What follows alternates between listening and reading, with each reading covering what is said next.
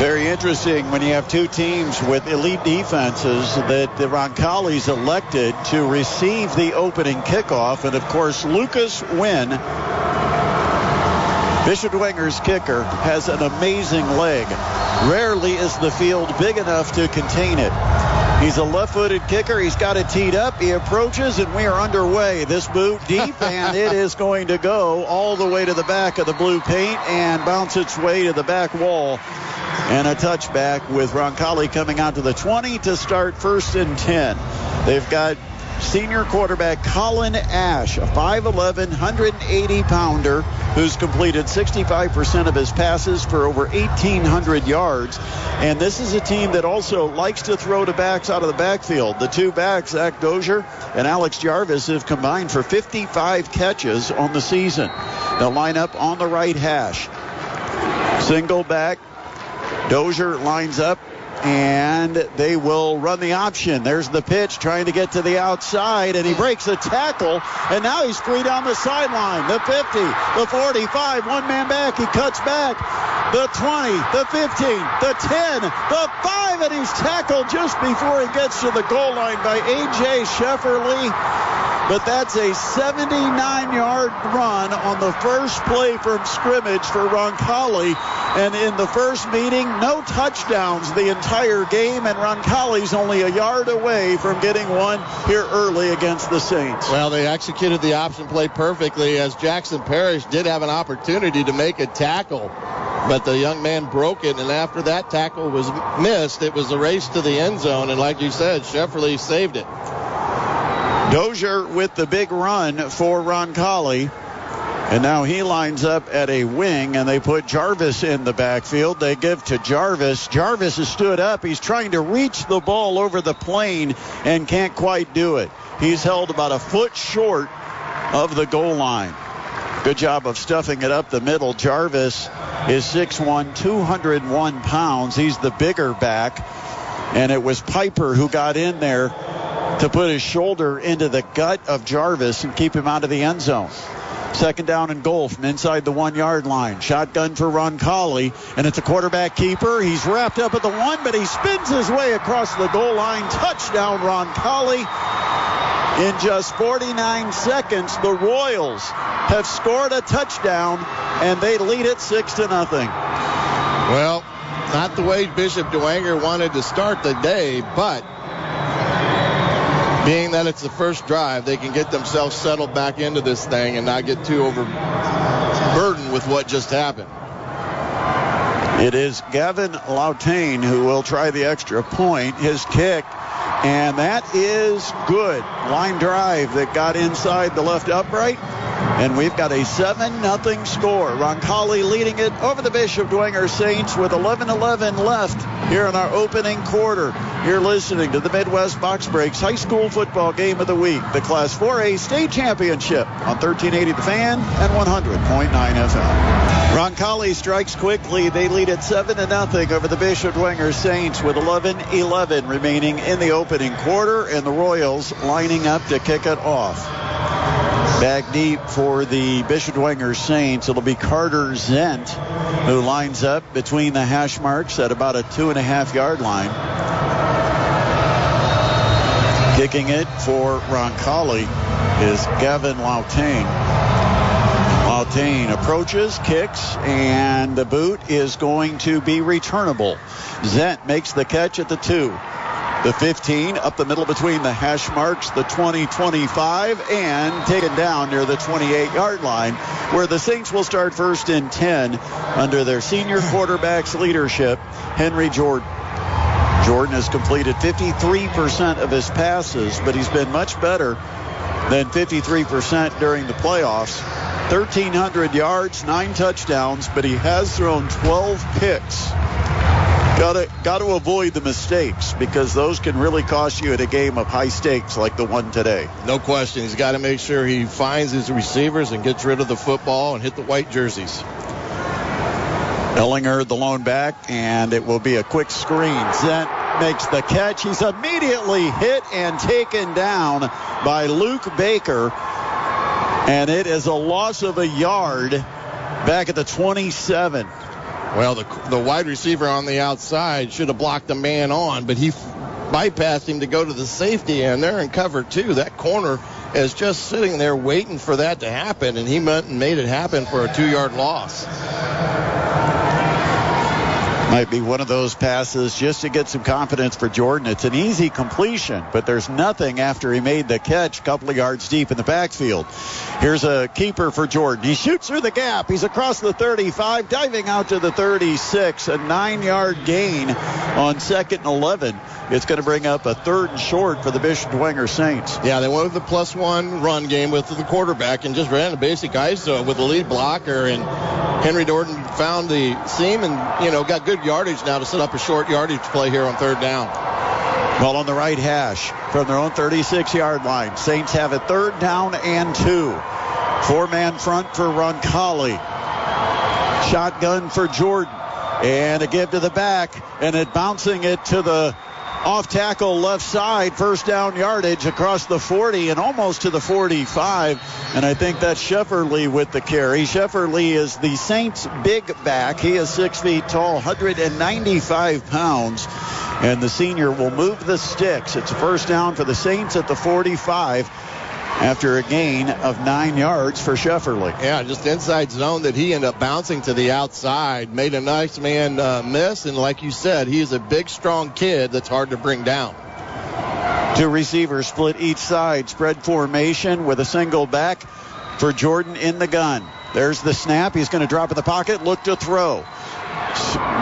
Shifts around to his left, now cuts upfield, and he's got running room. He's across the Roncalli 45, sliding to the Royals 40. And that is going to be another 1st down for the Saints on a big run by Jordan. Well, that's another thing that gets left out of the equation with him. He's a good enough scrambler and runner that teams need to account for him. And right now, Roncalli's willing to just let him have the opportunity to run it. And Coach Garrett's taking advantage of it. Again, the Saints spread the formation with 2 wide each side. Ball on the left hash. Saints 1st and 10 at Roncalli's 40-yard line. And it's a fake handoff and a keeper for Jordan. He's got room off the right tackle. He's to the 30, sliding down just short of the 1st down. A 9.5-yard pickup for Jordan. And that time the Roncalli defense bit on the fake to the running back, and it allowed Jordan to come off the opposite side for good yardage. Yeah, that was one of those RPOs where after he made the initial read, he had the option of throwing the bubble out to his right, but kept the ball. Great decision. Gets another 1st down. They did call it a 1st down. They'll set it at the 30. 1st and 10 for the Saints. Quick drop. Wanted the quick slant. Now throws to the 2nd man. It's caught at the 22, and he'll get hit right near the 21-yard line. And that is a quick completion to the outside man, which is Thomas Dennis. Yeah. I was trying to see his number there, but hey, that was a great read by Jordan, patiently waiting for the slant to come in. He makes a great throw, puts it on the numbers. Now it's 2nd and 1. His first read was he wanted to get it to the inside guy, right. Russell, but he was covered, so he went to the outside guy on a dual slant route. Here they'll go slant this side. Russell slides. Did he get to it? Late penalty flag. Yeah, and there is a flag. He made the catch at the 15, which would be a 1st down, but the Saints are marching back. Well, they made the catch, like you said. It was kind of they wave it off. They wave off the penalty flag. Well, that gives them a 1st down again for Dwenger. And what that, again, kind of an RPO. Henry, since the Rebels bring in a blitz, he throws the slant. It got tipped, and they made a nice catch there before gaining the 1st down marker. Yeah, Russell slides and makes the catch at the 13-yard line, so that's a gain of 8. It's another 1st down for the Saints. They're in the red zone. 1st and 10 at the Royals' 13-yard line. Handoff to the running back, immediately hit at the line of scrimmage. There is nothing there for Shefferly. Yeah, the Roncalli that time really brought a run pressure blitz type of play and really got through the gaps pretty easily to make that stop for no gain. So it's 2nd down and 10. The ball's still at the 13-yard line. Saints down 7-0 with 7 minutes remaining in our opening quarter. Henry Jordan lines up in the gun. Ellinger back in as the running back, just to the right shoulder of Jordan. Jordan looks to throw, throws the quick slant. Caught by Russell inside the 10. He'll spin his way down to about the 6. And another, that's not going to be a first down. It's going to be short. They're going to give him 7 yards, so it's going to be 3rd down and 3. But a good strike on that quick slant got Russell in stride. Yeah, again, Henry Jordan showing the patience and the leadership that you would expect out of a kid that's a senior. Might be 4-down territory. It's 3rd down and 3 at the 6-yard line. Ball centered between the hash marks. And they will give it to the running back. And again, there is nothing there. Up the middle, it is stuffed for no gain. I think he even lost a yard, and kind of a questionable call there since that's the same play they just stuffed a moment ago. Well, and that because they brought the pressure. They had guys off the edge unblocked, and that's what happens. And now they have to kick the field goal. So the Saints will line up to try for 3 with Lucas Wynn, the left-footed kicker. This should be a chip shot for Wynn. It's going to be a 24-yard attempt near the middle of the field. The set is down, the kick is up, and the kick is good. So the Saints are on the board. They close the gap to 7-3 with 5:35 remaining in the opening quarter on the Midwest Box Breaks High School Football Game of the Week on 1380 The Fan and 100.9 FM. Both teams have already scored more than they did in the first meeting. That was a 3-0 Roncalli victory over the Bishop Dwenger Saints back on the season opener on August 22nd.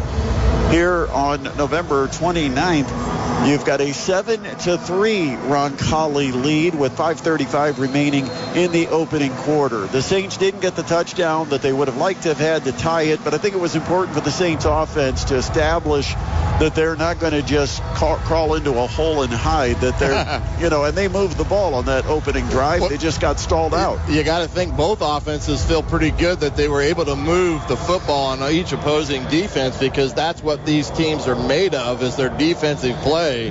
And they've both been able to do it. Unfortunately for Dwenger, they come up short, had to settle for the field goal, but they got themselves back in the game. Now important for the defense to come out and get a stop. This is already a shootout compared to the Class 2A game. It was 0-0 till after the midway point of the fourth quarter. Andrean won that one 7-0. And, ho-hum, Wynn just put one through the end zone. So out to the 20 comes Roncalli after the automatic touchback. I don't know if he's got a scholarship to go anywhere yet in football, but he may be the best kicker I've seen in the Fort Wayne area in a long time. He has such a strong leg, and he does it effortless. He is so simple in his approach, but that ball just jumps off his foot. So Roncalli with a 7-3 lead, 5:35 on the clock, first quarter. And the Royals will start from the right hash, 20-yard line. Shotgun for Colin Ash, and they'll give to the fullback. First man through. He is taken down after about a 2 or 3 yard gain, but a flag came flying in, and I think it's going to be a hold. It is against Roncalli. The referee in the backfield threw the flag pretty quickly, so somebody grabbed on and made it pretty obvious, because the ref had no hesitation with throwing that yellow hanky. He threw it like somebody at the Thanksgiving table was grabbing for the turkey leg. So a 10-yard march-off takes it back to the 10-yard line, and that puts Roncalli well behind the chains. It's first down and 20 for the Royals. It's a big series for Bishop Dwenger. Try to force the 3 and out, get the ball back, and get your chance to get on top after surrendering that early touchdown to Roncalli. Man in motion, give to the fullback, and again he gets hit. There's a big pileup. Dwenger saying the ball came loose. Ellinger trying to say it's Saints ball, but it's just down. And they're going to mark him down at the 11 after a 1 yard gain for Zach Dozier. Well, we do get replays here, but unfortunately, the instant replay booth will not be used until tomorrow to see if that's an actual fumble or not. But Dwenger getting Roncalli behind the sticks is an uncomfortable setting for this Rebel offense. This time the Royals will put two receivers wide to the left, a wing on each side, and here comes the run from Ash. He's trying to get outside edge. The Saints run him down and tackle him for a loss. A.J. Shefferly took him down for a loss of 5 back at the 5-yard line, and it's going to be 3rd and a mile for Roncalli. What a play by Shefferly. And add number 4, Cooper Campbell, into the mix as well, as they both did a great job of stringing this play out and making the tackles where it needed to be made. Great play, and like you said, it's a 3rd and forever for this Rebel offense. Yeah, and actually give credit to Campbell. He was the first guy there. 3rd down and 25 to go from the 5-yard line. And it's going to be a keeper for Ash. He's hit at the 7 and falls forward to the 9. But it is going to be a punt situation for the Roncalli Royals, and the Saints defense comes up big on the second possession of the ball game for Roncalli. And guess who made that play? Mr. Casey Piper did a great job of reading his keys and stepping up to make the tackle about right at the line of scrimmage, and a great job by this Dwenger Saints defense, a 3 and out after that first drive of the game where they got the score on the board for Roncalli. Lautan, who is the kicker and punter, in his own end zone. The snap good, the kick away. Not a deep kick. It's going to be caught at the 40 and immediately hit. Big time hit on Carter Zent. Very limited return, and they'll mark him down at the 41 of Roncalli. But great field position for the Bishop Dwenger Saints, starting this drive, trailing Roncalli 7-3 with 3:23 on the clock. Yeah, great field position here. Now they got to do something with it. They know they've got the kicker that can really about make it from anywhere here on the field, but the biggest thing right now is try to get in the end zone. I'd like to see him maybe take a shot over the top here on this first down play. Yeah, they get 5 yards there in Wynn's field goal range, and we can personally attest to that. Near the NFL hash mark right side, shotgun for Henry Jordan. And Jordan with the scramble to the right, and he's going to be taken down for a loss back at the 46. Yeah, that time again where the Dwenger offensive line is just letting way too much penetration. And that time they ran a power play, and the defensive end that they were trying to kick out was way upfield too fast and made the play. Well, this Roncalli defensive front, they're not big, but they're quick. Dempsey, yes, that defensive end, 6'5", 228. And across the front, they go 215, 226, and 214 with him. Drop back in the pocket and a delayed draw. They'll hand it into the gut of the running back, and he's not going to have much. Tried to take it off his left tackle and hit and taken down at the 45. Ellinger gains 1 on the play. It's going to be 3rd down and 14 to go for the Bishop Dwenger Saints. Well, they had the opportunity to run it there with a 5-man box, or what we call a light box, and should be in the offensive advantage, but unfortunately Carson Keller was there to make the play. Keller, the leading tackler for Roncalli on the season. Quick drop, they blitz, and Jordan just has to get rid of it. He throws it to the right side and bounces it at the feet of his intended receiver, and that's incomplete, and the Saints are going to have to punt the ball right back to Roncalli. If they would add a little bit more time, they had what they wanted with that tailback screen to the right. But because the blitz got to Jordan as quick as he did, he had to throw it into the ground. So a smart play there by Henry. Lucas Wynn will punt it. Stands at his own 40-yard line to get this snap. He's 15 yards back from his center. And here's the snap.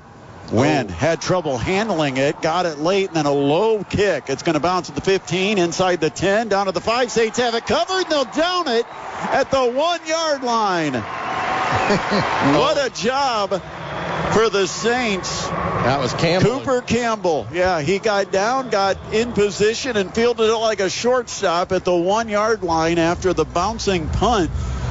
And what could have been a tragedy ends up being a great play for Bishop Dwenger. Well, you said it. It was a inch from being a tragedy, not just from the snap, but it almost was blocked, and I'm not so sure it wasn't tipped. But got the roll. Cooper does a great job and puts him at the 1. Not in great position for Roncalli. Yeah, beat the ball down the field and then turned his back to the end zone and fielded it at the 1. Here's the handoff up the middle. They try to get some space with Alex Jarvis on the carry, and he'll get it out to the 4-yard line, gaining 3 yards, 2nd down and 7. Shefferly among those in on the tackle for the Bishop Dwenger Saints. Yeah, nothing fancy there, just a straight ahead dive play, but they picked up about 3 yards on it. Ball on the left hash. 2 receivers wide side to the right. A wing on each side of the formation with the back, Jarvis. And they'll give it to Jarvis. This time follows the right side of the line. He's across the 5, but hit and stood up near the 6. That's a gain of just a couple of yards. It's going to bring up an important 3rd down and 5 with Roncalli pinned deep in their own end at their own 6-yard line. And 1:08 and the clock running, late first quarter. Roncalli leading at 7-3. Yeah, this Roncalli offense, for a reference point, is similar to what Adams Central runs. Now, they are able to break it and get into the wider sets, but that's why they're so diverse offensively. And here is a flag from the referee. I believe they got a procedure. Usually you don't see the procedure coming from the referee in the backfield, but it is a false start. You know, I want you to take a look at this formation because they send 2 receivers wide to the left, but they both line up on the line of scrimmage. Yeah, because they both have to be on it because the wings are off the ball. So that just pretend that's the tight end. But when they do that, one of them is the slot receiver becomes ineligible. Correct. And they're going to do it again. Yeah. Quarterback in the gun. He's in the end zone after they march it off to the 3.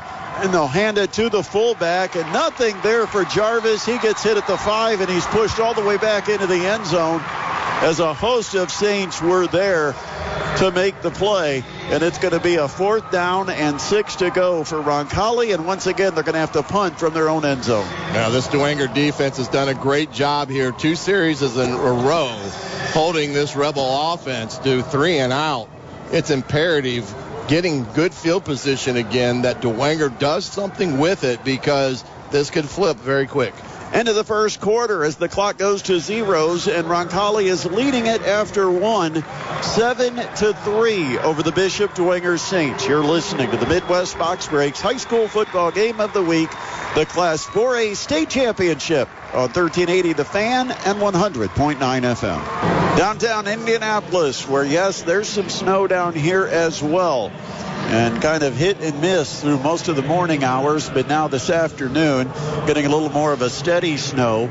It did look for a while on the radar like Indianapolis was under a big bubble. Yeah, there was a big hole in the radar. Yeah. But we've had some snow, maybe an inch or inch and a half. I know it's snowing back in Fort Wayne, but we have made the trip down here to Lucas Oil Stadium for this Class 4A State Championship game. And after 1 quarter of play, Roncalli leads it over Bishop Dwenger 7-3, but Roncalli's going to be pinned deep in their own end and having to punt.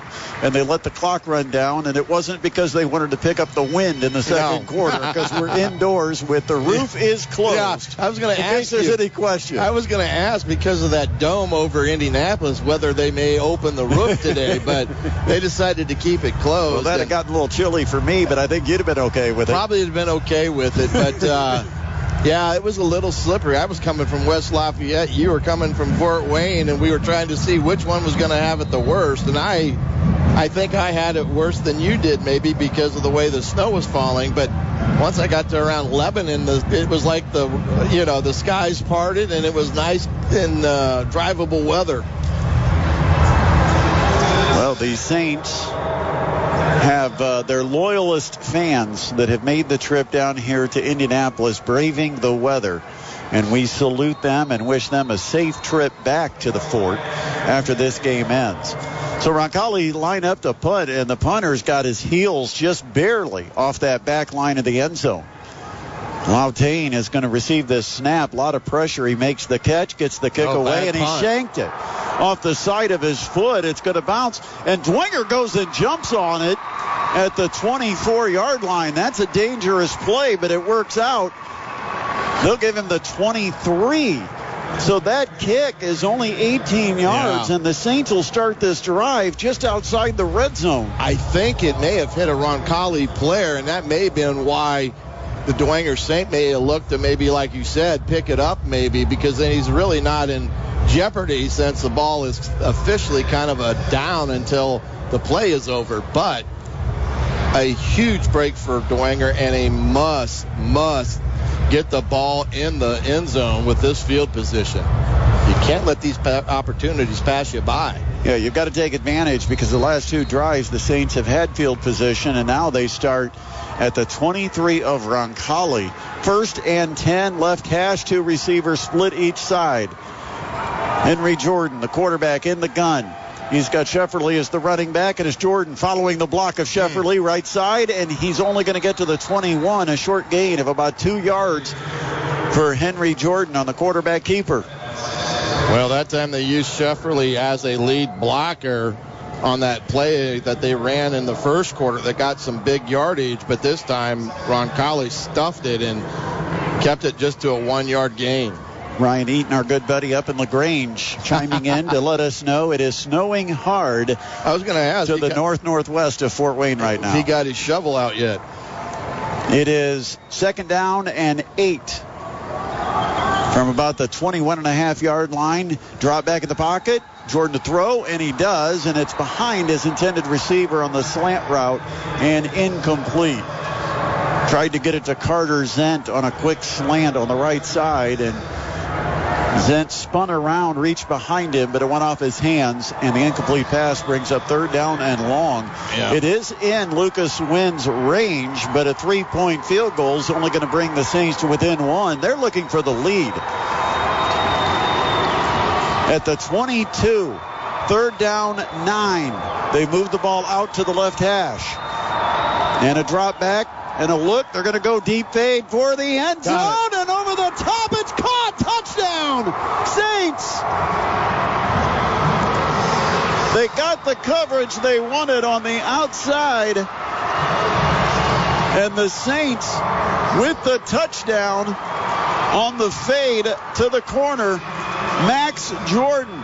It's a Jordan to Jordan combination, and the Saints have taken the lead. That was a great throw by Henry Jordan there on the fade route. Perfectly thrown ball to the outside where the other Jordan had no opportunity to drop it. It dropped right in the breadbasket. Win for the extra point. Kick up, and the kick is good. The Saints have taken the lead for the first time in the ball game. It's now Bishop Dwenger 10, Roncalli 7, 11:03 left here in the first half. You're listening to high school football being presented by Midwest Box Break, 1380 The Fan and 100.9 FM. With the coach, Shannon Griffith, and our studio producer, Adam Lundy, I am Brett Rump. Glad you're joining us on this holiday weekend for state championship football, Class 4A, as the Bishop Dwenger Saints have just taken the lead over the Roncalli Royals as the Saints took advantage of great field position, a 23-yard drive and a 22-yard scoring play. Jordan to Jordan, Henry to Max on a fade route to the end zone. And now the Saints are set to kick it off. And, the big question here is if you're replacing live bets, do you just go ahead and put your money on Wynn putting this out of play? Oh, absolutely. Here's the kick. High, deep, and into the end zone about 4 yards deep. And that will be a touchback. That is such a weapon to take away the opposing team's return game and not have to do it with a short squib kick. Yeah, no question. He's got, and you said it, it's a under the radar big advantage for any team that has a kid like Lucas Wynn because of what he does in the kicking game. is such a positive and probably worth about 3 points every game. Roncalli 1st and 10 from the 20. This time they put it in the middle of the field. They'll go option to the left. A keeper for Ash. He cuts it up off left tackle right at the hash mark and gets hit immediately. Falls forward to around the 21-yard line, and it's a gain of only 1, 2nd down and 9. You know, outside of that first drive of the game, which Roncalli was able to go down the field and score on a big play, they've done nothing since then. So Dwenger's adjusted really well. Really, it was the first play of the game. The option play to the left where they pitched it and got the edge. And then a missed tackle. Drop back Ash firing over the middle. There's nobody there. It's caught and it's wide open real estate. 25, 20, 15, 10, 5. Touchdown for Luke Roeder. And he's going to get a taunting penalty. Now the question, he taunted as he turned and pointed to the Saints as he was running inside the 10-yard line. The flag went down at the 6.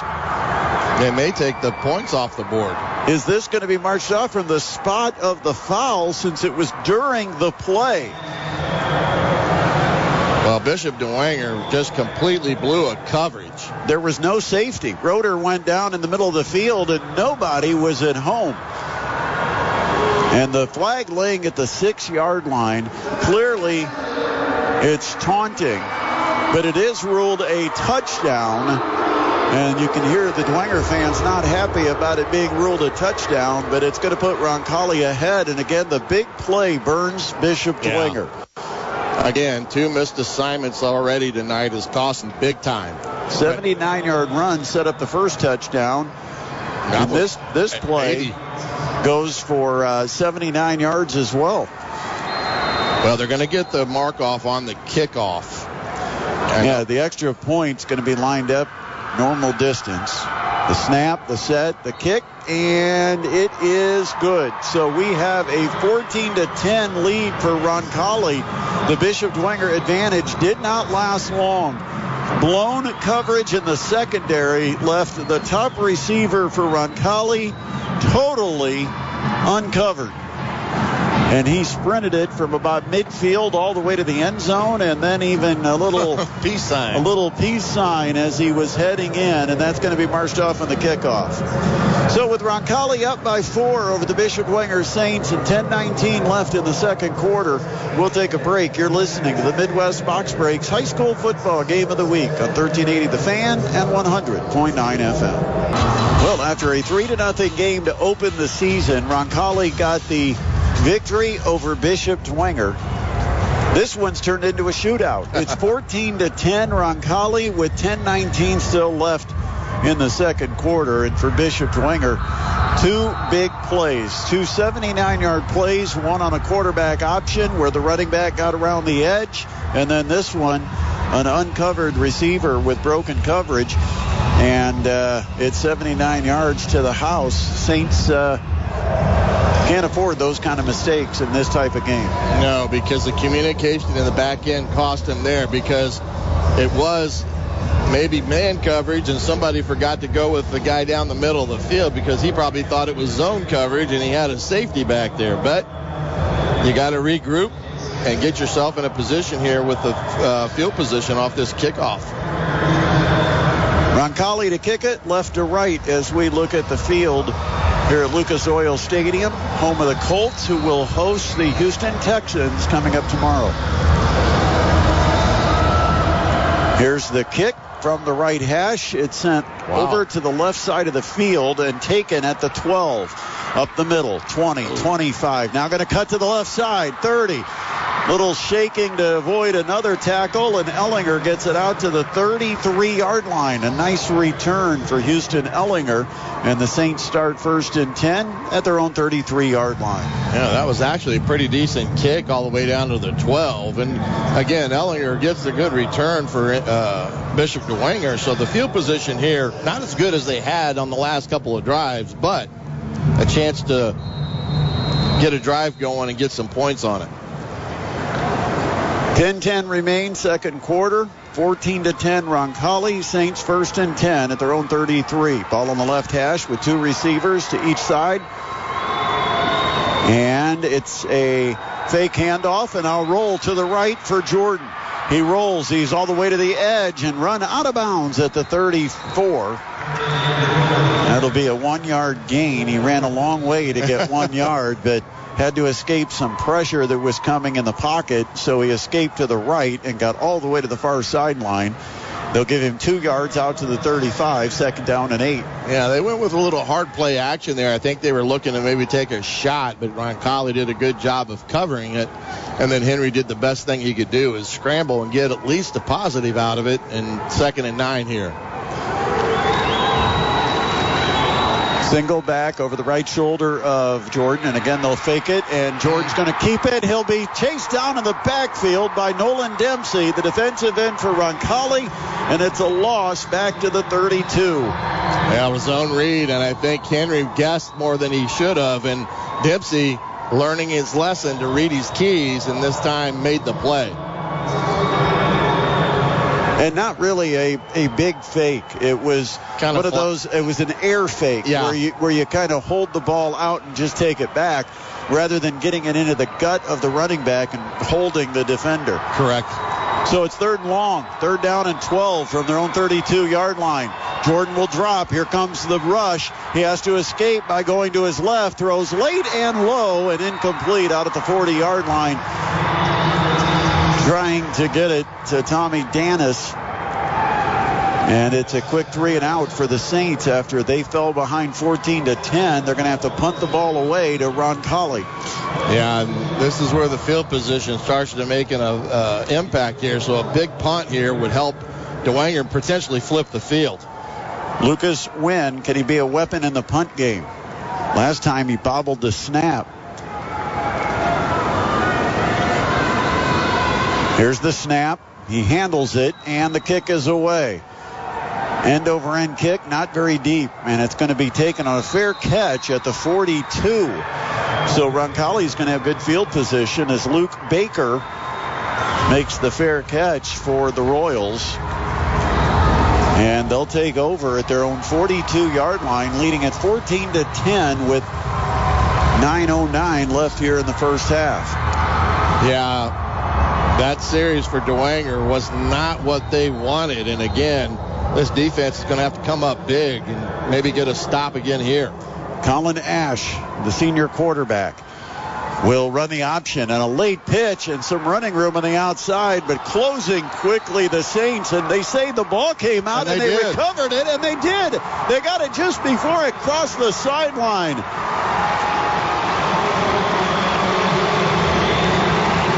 Well, they defended that well. We're going to see it here in the replay. Houston Ellinger got it. He's the one that stripped it. The ball got stripped, and then Jordan Fabini chased it down, a 6'1", 210-pound junior linebacker, and was able to jump on it just as it got to the sideline before it hit the white paint. What a job by the Saints. A turnover for Roncalli. The Saints take over in Roncalli territory at the Royals 46-yard line. Yeah, big play by the defense there. Now let's see if Dwenger can turn it into points. And they'll line up now in a power set with a double tight end. And they'll try to run power right up the middle. The handoff to the running back. And I think that was Gus Tippmann in the game. Yeah, it is Tippmann. And Tippmann will only take it for about 3 yards. And that time they tried to overpower Roncalli by putting in 2 tight ends and only 1 wideout. And even had a back in the backfield where Shefferly was blocking for Tippmann. Well, you got a situation where you've been spread. It's good to see him put some more of a 2 tight end set to hopefully balance them up, and that's kind of what you're seeing now. Tight end lines up to the right. Shefferly a wing, and they'll pitch it, a quick pitch, and here goes Tippmann. A nice hole. He got a great lead block by Shefferly, and he'll take it down to the 31-yard line, and a flag comes flying in right near where the tackle was made. Get a face mask. And that's going to be the question. It was right where the tackle was. They'll mark it just inside the 32-yard line, but now we've got the call, and it is a 5-yard face mask penalty against Roncalli. Well, that last play there was a great play design, bringing Shefferly in motion. He kicked out, and Gus Tippmann got up underneath it and got a great little run here. And then, of course, they pick up an additional 5 on the face mask.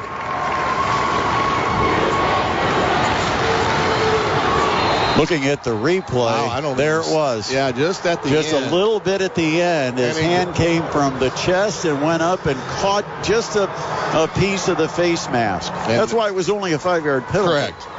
And, again, like you said, great field position. Gets him down to the 17 here. And, again, Dwenger knocking on the door. In the red zone, Saints trailing 14-10. Clock runs with 7:50 remaining second quarter. Shotgun for Jordan with a single back, and a timeout's going to be called by Roncalli. So they want to talk about things, holding a 4-point lead with 7:48 on the clock. Well, we will go ahead and take a timeout. We'll come back. This is the Class 4A State Championship. It's being presented by Midwest Box Brakes on 1380 The Fan and 100.9 FM. It's been a contrast how the teams have gotten to the point they're at. Roncalli, 14 points. They had 2 79-yard plays. One set up a touchdown. One was a touchdown. The Saints took advantage of a short field, a 23-yard drive, and a 22-yard touchdown pass. Now the Saints throw over the middle. They got a man wide open. Catch is made at the 5, and what a hit by the safety to drop the receiver. Shortly after the catch, Nick Tippmann made the catch, and he was wide open in the middle of the field. He caught it at the 5 and just got stuck at the 1-yard line just before it looked like he was heading in to score. Yeah, I think that may have been Jake Irwin on the tackle there for... It was Carrington Pitts. Carrington Pitts. Pitts is a 5'10", 161-pound senior safety, and he just stuck Tippmann. So it's at the 1, 1st and goal. Quarterback sneak, and Jordan is in for a touchdown. Saints take the lead back with 7:12 remaining in the second quarter. Well, the big play, getting that turnover by Houston Ellinger, and the Saints turning it into points. That's a big hurt for Roncalli because they take advantage of their mistakes. Well, we talk about Roncalli having those big plays to set up touchdowns. The Saints got the ball at the 23 after a shank punt that might have been partially blocked. They take a couple of plays and then have a fade 22 yards into the end zone, and here they get a turnover, and they turn it into points. And now the left-footed kick from Wynn is up, and it is no good. He missed it to the left. Never seen that happen. Wow. And so the Saints' lead is only 2. It looked kind of like the timing may have been off a little bit, like it was a bobble or some sort, and he got kind of caught in his steps. We'll have to see if they give us a replay of that, but unfortunate miscue there for Dwenger. It's only his second missed extra point this entire season. He is now 34 of 36. Or 34 of 36. I got it right the first time. Just shut up and let the numbers speak for themselves. You know, that you hate to say this, but you got to keep that in your back of your mind now, because that could be a differential in this ball game that could come back and haunt them. Hopefully not. But those type of miscues are always tough to overcome, and hate to see it for a kid like Lucas Wynn because he's been so dominant as a kicker. There is so much distance between the front level and the second level of this return team. I'll be honest, Griff, I would think if I'm Dwenger, I'm considering an onside kick. Absolutely. A lot of space out there to go get it, especially toward the middle of the field between the hash marks. I was going to say the same thing. Like a quick onside. And Wynn will line this one, and it's going to be caught. They let him take it. Yeah, he was a step into the end zone, but they let him bring it out, and he returns it across the 30 out to the 33-yard line. Man, I thought it looked like he had stepped back into the end zone, which would have been the touchback, but they didn't call it. So a return by Will Hedgewood out to the 33-yard line, where it's 1st and 10 for Roncalli on a 33-yard return. And of course, I'm sure he's looking at the ball and where it lands in relationship to the actual goal line, but they got out. With Wynn's leg, that Saints cover unit probably doesn't even know what their assignments are. They haven't had to use them for so long. And then you've got a procedure on the first play by Roncalli from the line of scrimmage that will mark them back 5 yards to the 28-yard line where it's 1st and 15. 7:05 to play in the first half and a 16-14 Bishop Dwenger lead. That's the second time that they've got caught for procedure, and that's not going to make their coach very happy, especially in a state final game. Well, they've had the penalties and they've had the turnovers. The Saints have given up big plays. And that's the story of the ball game so far. Midway through the second quarter here in the Class 4A state championship game. So Roncalli lines up with the 1st and 15 from their own 28. And it's a give to the fullback. First man through. He's going to plow across the 30 and get stood up near the 31-yard line.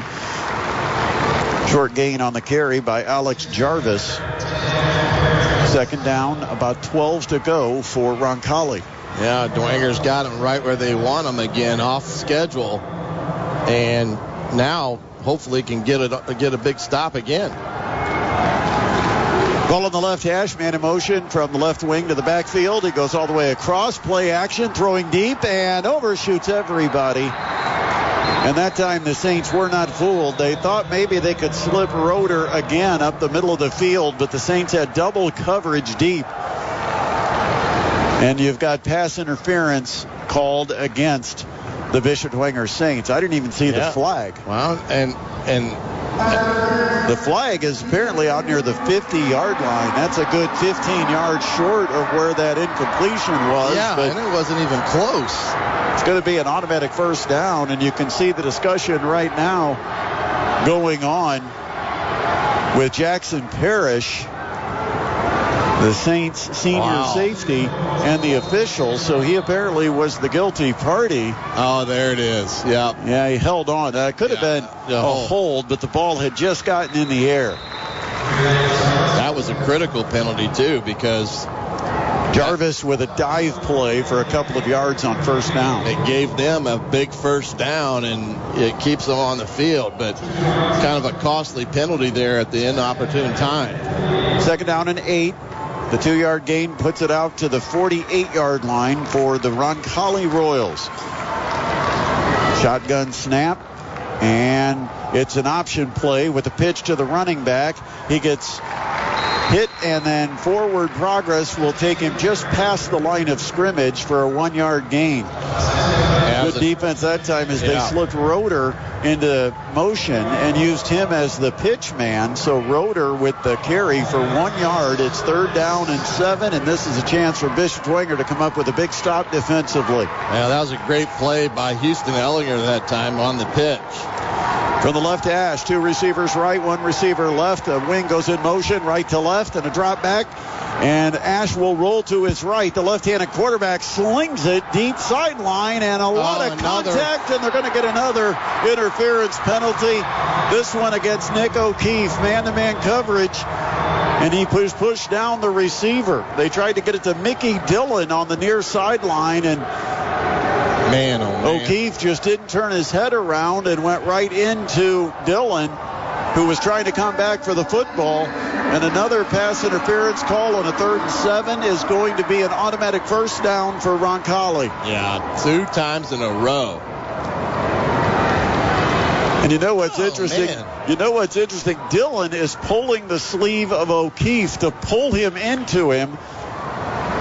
And then he falls back where O'Keefe was actually pulled into the guy. Yeah, there was not very much contact there by the Dwenger Saints player, and a very iffy PI called there on Dwenger, but nevertheless, that's 2 in a row. A sales job by Dillon gets the flag, and now it's 1st and 10 for Roncalli. A handoff to the fullback, and maybe a yard up the middle.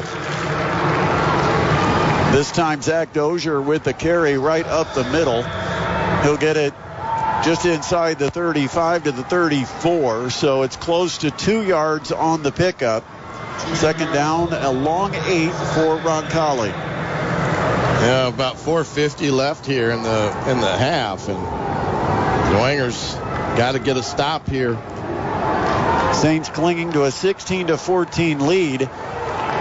From the left hash, shotgun.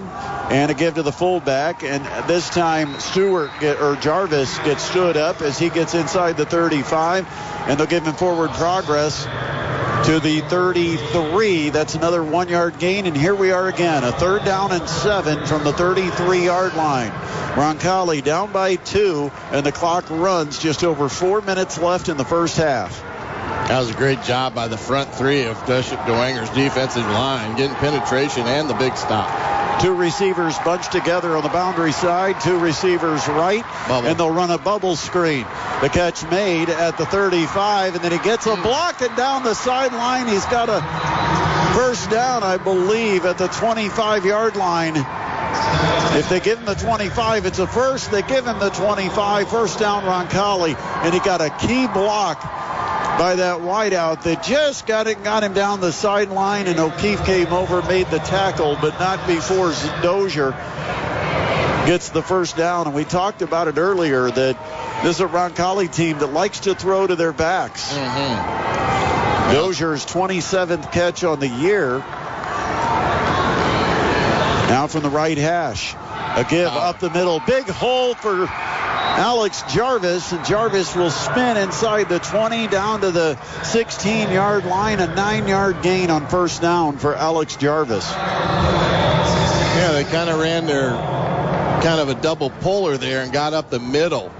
Nice blocking and gets them down on 9 yards there, down to the 16. 2nd down and short. And again, the give to Jarvis up the middle. Hit at the 14 and then taken down at the 13. Well, he tried to bounce off that initial hit and then move forward, and the Saints all jumped on him. It looked like they were going for a free football. But at the 13, it's a first down after a 3-yard gain. And the chains move for Roncalli, and the clock continues to run. We're down to 3:15 left in the second quarter. 2-point lead for the Saints, but Roncalli threatening in the red zone, 1st and 10 at the 13. High snap. Give to the fullback, Stewart, and he'll pull a tackler inside the 10. That was a nice play that time by Xavier Dowja that time. Yeah, he got in and wrapped him up, but a lot of strength from Jarvis to pull him forward for a couple of yards. Goes as a 3.5-yard gain inside the 10. 2nd down, long 6. And they again, they'll fake it. This time a keeper for Ash, and Ash uses the leg drive to take a tackler down to the 6. 3-yard gain for Colin Ash, the quarterback for Roncalli. Faked the handoff that time and then kept it, almost following him through the same hole. Yeah. It's going to be 3rd down and about 3 to go for Roncalli, down by 2. Yeah, they speeded up here, but Dozier had a chance to stop him, but missed the tackle. Big play here. A lot of noise from the Saints defensive fans, and there's a fake handoff, a keeper for Ash. He dives inside the 5. He's to the 4, but he's a yard short, and this will be an interesting 4th down decision for Roncalli's second-year coach, Sam Otley. It's 4th down and 1 with 1:58 to play in the first half. We're going to have a timeout called to try to decide what to do. The field goal gives you a 1-point lead. A first down gives you a chance to put 7 on the board. From the 4-yard line, 4th down and 1 when we return. You're listening to the Midwest Box Breaks High School Football Game of the Week on 1380 The Fan and 100.9 FM. With 1:58 seconds left in the second quarter, it's Bishop Dwenger 16, Roncalli 14, and the Royals have 4th down and 1 at the Saints 4-yard line. Huge play in the game. Roncalli sends their offense on the field. See if they run the option here. They've got Jarvis as the back, left shoulder of Ash in the gun, 2 wings. Ash a keeper. Ash will have the first down as he falls to about the 1-yard line. Just power quarterback ISO for a big 3 or 4 yard gain, really. Jarvis hit the hole, and Ash just followed him. Jarvis, a 6'1", 200-pound junior running back. He was the lead blocker on that one. And Ash converts on the 4th down and 1, and now it is 1st and goal from the 1. Roncalli looking to take the lead back. Saints just jumped into the neutral zone, and that's going to be a penalty on the Bishop Dwenger Saints. Jumping early was Michael Sheehan, 6'1", 250-pound junior defensive lineman. And so half the distance puts it at the half-yard line. And let's see if he gets under center. He doesn't, so that takes the sneak out of play. Still Jarvis in the backfield, and it's a keeper for Ash. And Ash is met, and he goes backwards. He fumbled it, but they got on it. Oh, my.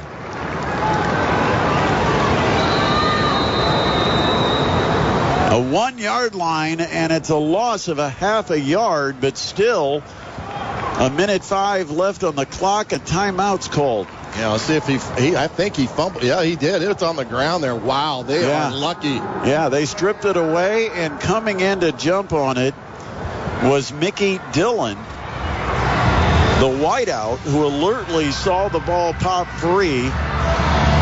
And he recovered it at the 1-yard line. So it is a 2nd down and goal from the 1. Again, with a minute 5 on the clock, it's a 16-14 Bishop Dwenger lead. Right now, a timeout on the field. I was trying to see if Dwenger called that or... Well, Roncalli still has 2 left on the board, and Dwenger's down to 1 timeout remaining, so I think Dwenger actually took the timeout. And they may be just trying to preserve a little bit of time here in hopes that if they do score, they can maybe get something going before the half. Well, Lucas Wynn, the Saints kicker, has tremendous range. If you can get the ball somewhere in the vicinity of the 35-yard line, you've got a chance for Wynn to put up 3 points. The Saints trying to hold Roncalli to 3 here. 2nd down and goal from the 1. Man in motion left to right. Keeper for Ash. Hit at the line of scrimmage. He spins and he pulls with some muscle into the end zone. Touchdown. They had him wrapped up outside the 1, but he just spun and drove the legs to cross the plane. Great touchdown by quarterback Colin Ash, and Roncalli back in front. That kind of the drive kind of hurt them there because they just didn't have enough oomph to get him down. And 2 big penalties, 2 pass interference calls really hurt the Saints on that drive. Both pass interference calls coming on 3rd down and long plays. There's the snap, the set, and the kick. And we've got whistles. The play blown dead. Looks like they're going to call Dwenger for offsides. Now, I thought I heard the whistles before the kick, but the officials looking over at the sideline on Roncalli's side, the kick was good. Yeah. But does the play even count? It's offside, and they decline it. Well, the key here is you just don't need to move it any closer. Well, you're used to kicking it from the 10-yard line, so they'll stay in formation and try again. Of course, in high school, if you line up in the neutral zone, it's an automatic dead ball. So here's the extra point. The kick up, and the kick is good. And so it is now a 5-point advantage for Roncalli. And we've got 37 points on the board here in the first half. These 2 teams combined for 3 points when they met opening the season back in August. 21-16, Roncalli the lead. 59 seconds left in the first half. This is the Class 4A State Championship game being presented by Midwest Box Brakes on 1380 The Fan and 100.9 FM. Gavin Lautane is set to kick it off for Roncalli. Saints have 59 seconds to work with here, and they trail 21-16. There's the kick, and that will go into the end zone and be a touchback. So the Saints will start at the 20-yard line. They have to get to about the 35. Yeah, realistically. Yeah, you got a chance if you're around the 37, but I would say the target line is going to be about the 35-yard line. So They've got about 45 yards to try to gain here with 59 seconds to work with. Well, the biggest thing here is be smart with the football. If it's not there, throw it away. Well, remember, the Saints do get the second half kick. Correct. Because Roncalli won the coin toss and elected to receive to start this football game. Tight end to the left of formation. And a drop back in the pocket, Jordan. He'll swing the screen pass. It's deflected. That's a fumble. Get on it. And they say, no, it's incomplete. Oh, wow. They say that the ball was thrown forward. It was very close to parallel to the line of scrimmage because it's right in front of us. But the ball was batted by Nolan Dempsey, the defensive end, who got his hands up and batted it right back toward Jordan, and Jordan just swatted it to the ground. Yeah, he did the right thing there because the instinct says to grab it, right? And he knocked it down to line up 2nd and 10. And it also stops the clock at 55 seconds. And they'll run a fake draw and a keeper for Jordan up the middle of the field. He weaves out across the 30 to the 31-yard line, and that's enough for a first down on an 11-yard gain by Henry Jordan. I'm kind of surprised that Roncalli's gone to kind of like a prevent defense. They'll move the chains, and then the clock starts again. 45 seconds. Saints line up, 2 wide each side. Drop back in the pocket. Jordan looks, fires, and he completes it out at the 45, and a big hit after the catch. Wow. Dennis made a catch, but he got absolutely nailed by Carrington Pitts just as he caught it. Wow. Dennis showing some toughness because he was blasted, but he held on at the 45, and the clock runs with 32 seconds. And a drop back in the pocket. Jordan throws near side. Catch is made, and it's Dennis again, so I guess he's all right. And he's across the 50 at the Roncalli 47. Yeah. It's a yard short of the first down, a 9-yard pickup, but it stops the clock with 27 seconds. And again, Roncalli's choosing to be in a prevent defense. 2 wide each side. Single back, shotgun for Jordan. A quick throw on the sideline out route, and it's too far in front of his intended receiver. Trying to get it to Beckham Russell, and incomplete. That stops the clock with 24 seconds. But because Dennis had gone out of bounds on the previous play, the Saints didn't have to go on the hurry up, but they did anyway, and it may have cost them any kind of chance at completing a pass. Well, it's 3rd and 1 here. See if they come back to that quarterback draw with the way this defense is playing, because he may be able to get down to that 35. And now a timeout is called by Roncalli. They're going to talk this over. That's their second. They've got 1 timeout still remaining. The Saints only have 1 timeout. So a chance to talk about it with 24 seconds remaining in the first half. Roncalli leads at 21-16 over the Bishop Dwenger Saints, a Class 4A state championship game. This has been a terrific back-and-forth contest throughout the first half. Yeah, it's been a really great game between 2 powerhouses in the state of Indiana, with Roncalli and Bishop Dwenger, and it's added the ebbs and flows of a championship game. You've had the mistakes that have hurt each team, turnover, bad penalties, but now Dwenger, like you said, is only needing about 12 yards, I guess, to get there to that magical 35-yard line. And Roncalli playing this prevent defense, they're kind of giving them, what they need to get the ball down the middle of the field. 15 combined state championships between these 2 squads. 10 for Roncalli, 5 for Bishop Dwenger. And Roncalli, 3 other times they've appeared in this game where they've been the runner-up. The Saints are 5-6 in previous trips to the state championship. Drop back for Jordan. They will go with the quarterback draw. Jordan brings it to the near sideline. He gets the first down and scrambles across the sideline to stop the clock. 20 seconds, and they've advanced it to the 43. He couldn't get up the middle there. He kind of got forced out to the outside, and he did the right thing by getting the first down and then getting out of bounds. 1st and 10 for the Saints. 20 seconds remaining in the half. They are 1st and 10 at the 43. Quick drop, Jordan. Quick throw on an out route. It's caught and immediately chased out of bounds. Beckham Russell with the catch, and he goes out at the 40-yard line. Well, this is where we need to start looking up state records and just see what the longest field goal is in state championship game. I know they've got it in the program. We'll try to find it. Yeah, right where the ball's at now, it'd be about a 57-yarder. Probably, like you said, another 4 or 5 yards should give them an opportunity. So on 2nd down and 7, and they'll give it to the running back. He'll get to the outside. Ellinger chased out of bounds as he gets down to about that yard to gain. It's close to the 35. Well, that's what we said was the target. It would align with a 52 to 53-yard kick, and Wynn has kicked them from this far. You got 13 seconds left. The clock is stopped. It is 3rd down and 2 for the Saints. And this is where you might go home run ball, take one shot at it. If you don't get it, then kick the field goal.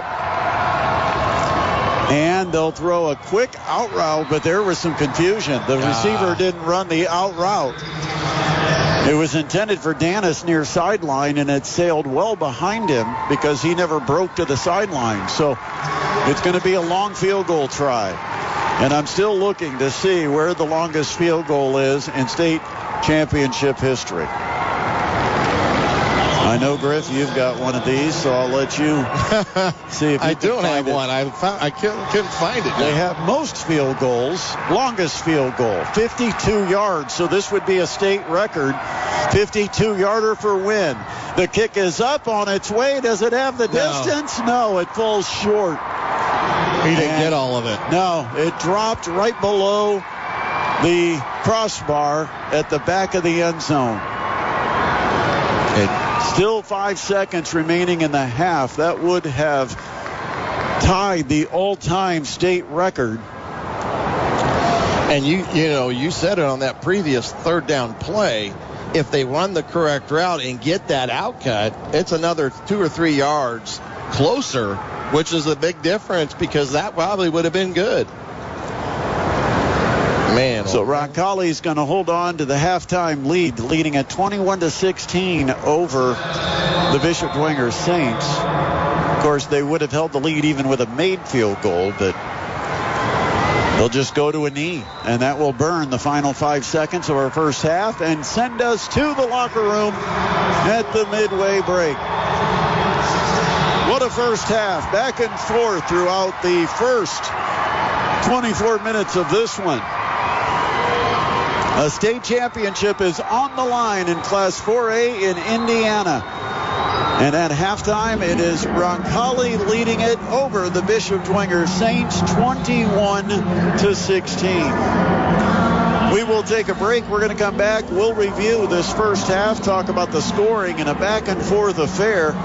And we've got Adam Lundy standing by in the 1380 The Fan Studios to get you updated on our weekend scoreboard. Of course, the Indiana Hoosiers were in action earlier today. You also had a big football game between Ohio State and Michigan. That game will go a long way in deciding who plays the Indiana Hoosiers in the Big Ten championship game after the Hoosiers were victorious last night over the Purdue Boilermakers in a big way. There's a lot to cover, and we've only got 15 minutes to do it. So we will take a break and come back. Halftime at Lucas Oil Stadium. Roncalli 21, Bishop Dwenger 16 on the Midwest Box Breaks High School Football Game of the Week on 1380 The Fan and 100.9 FM.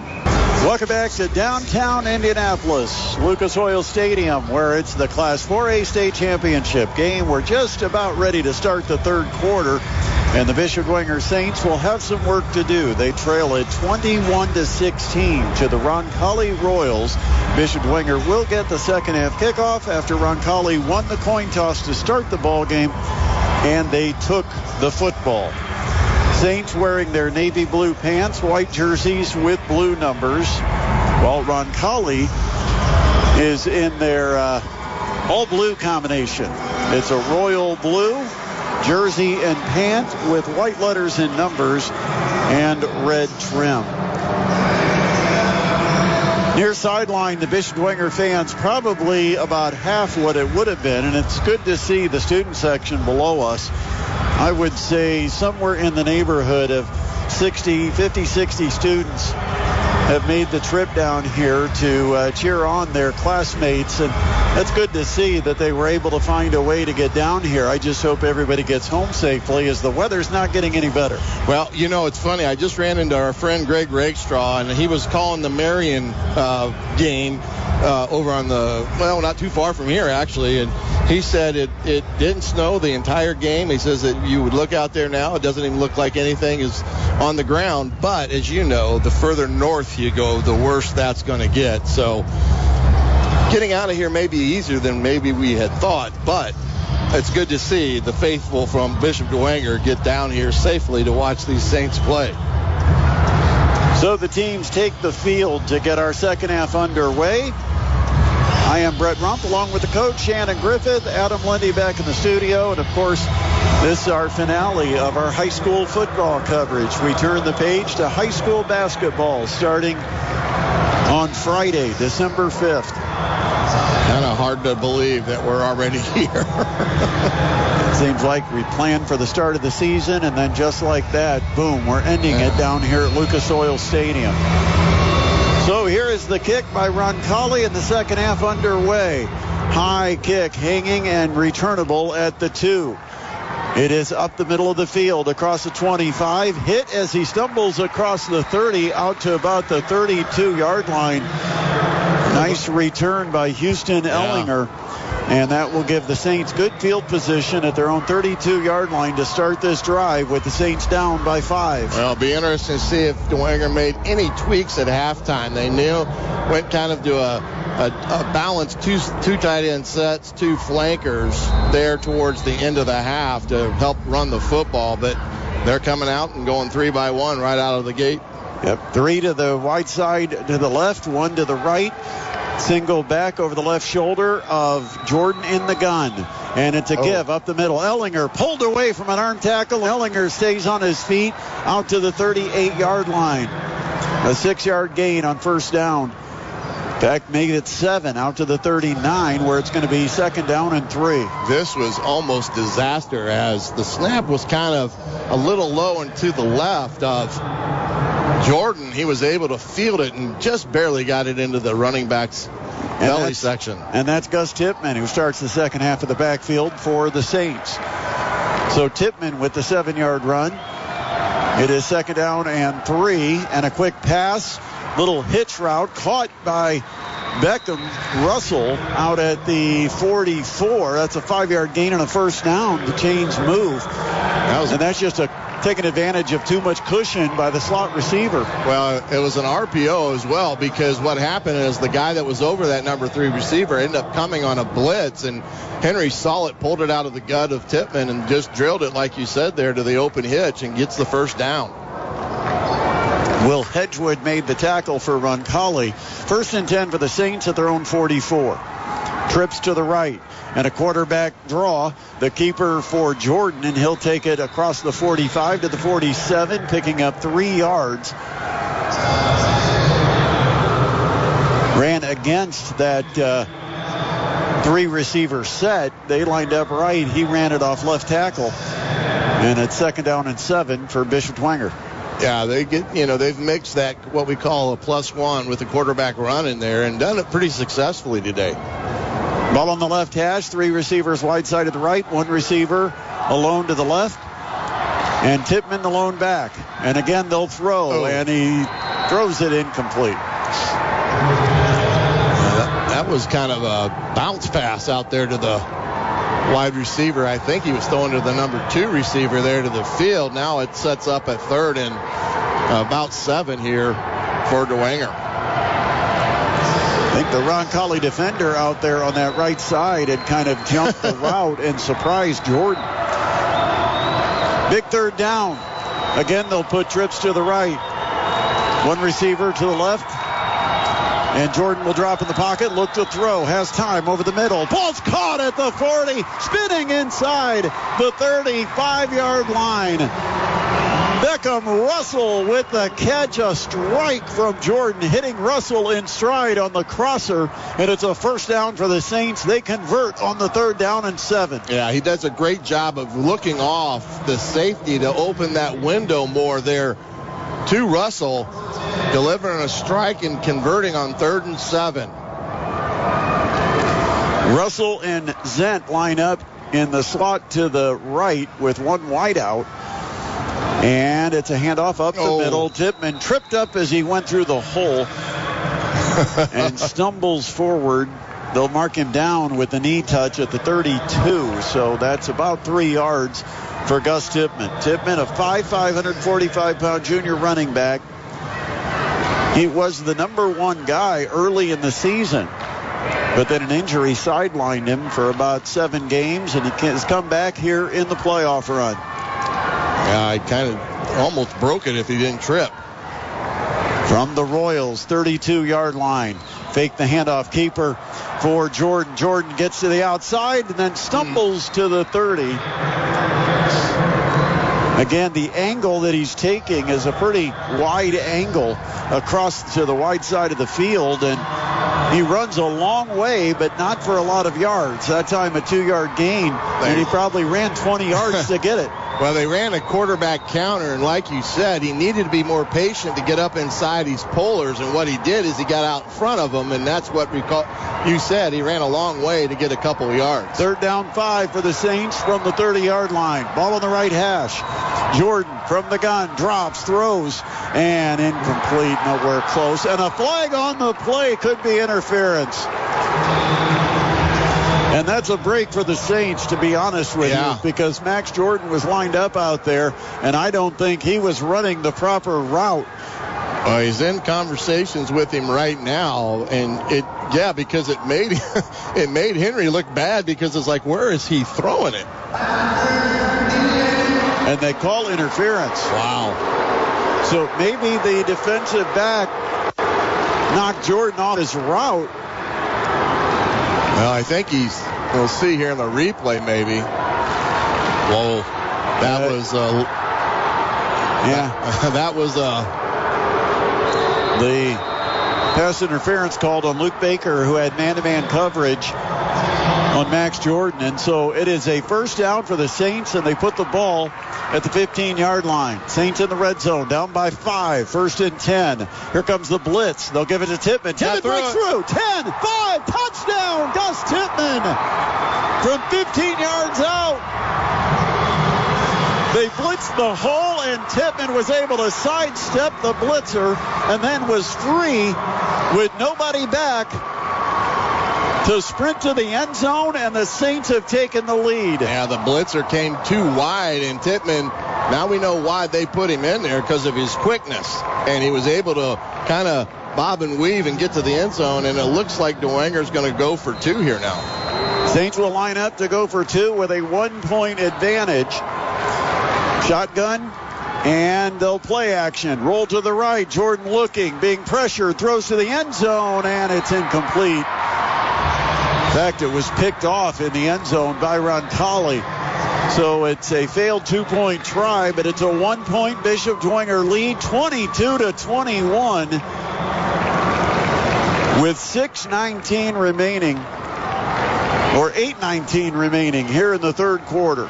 We'll take a break. You're listening to the high school football game of the week, the Class 4A state championship, being brought to you by Midwest Box Brakes on 1380 The Fan and 100.9 FM.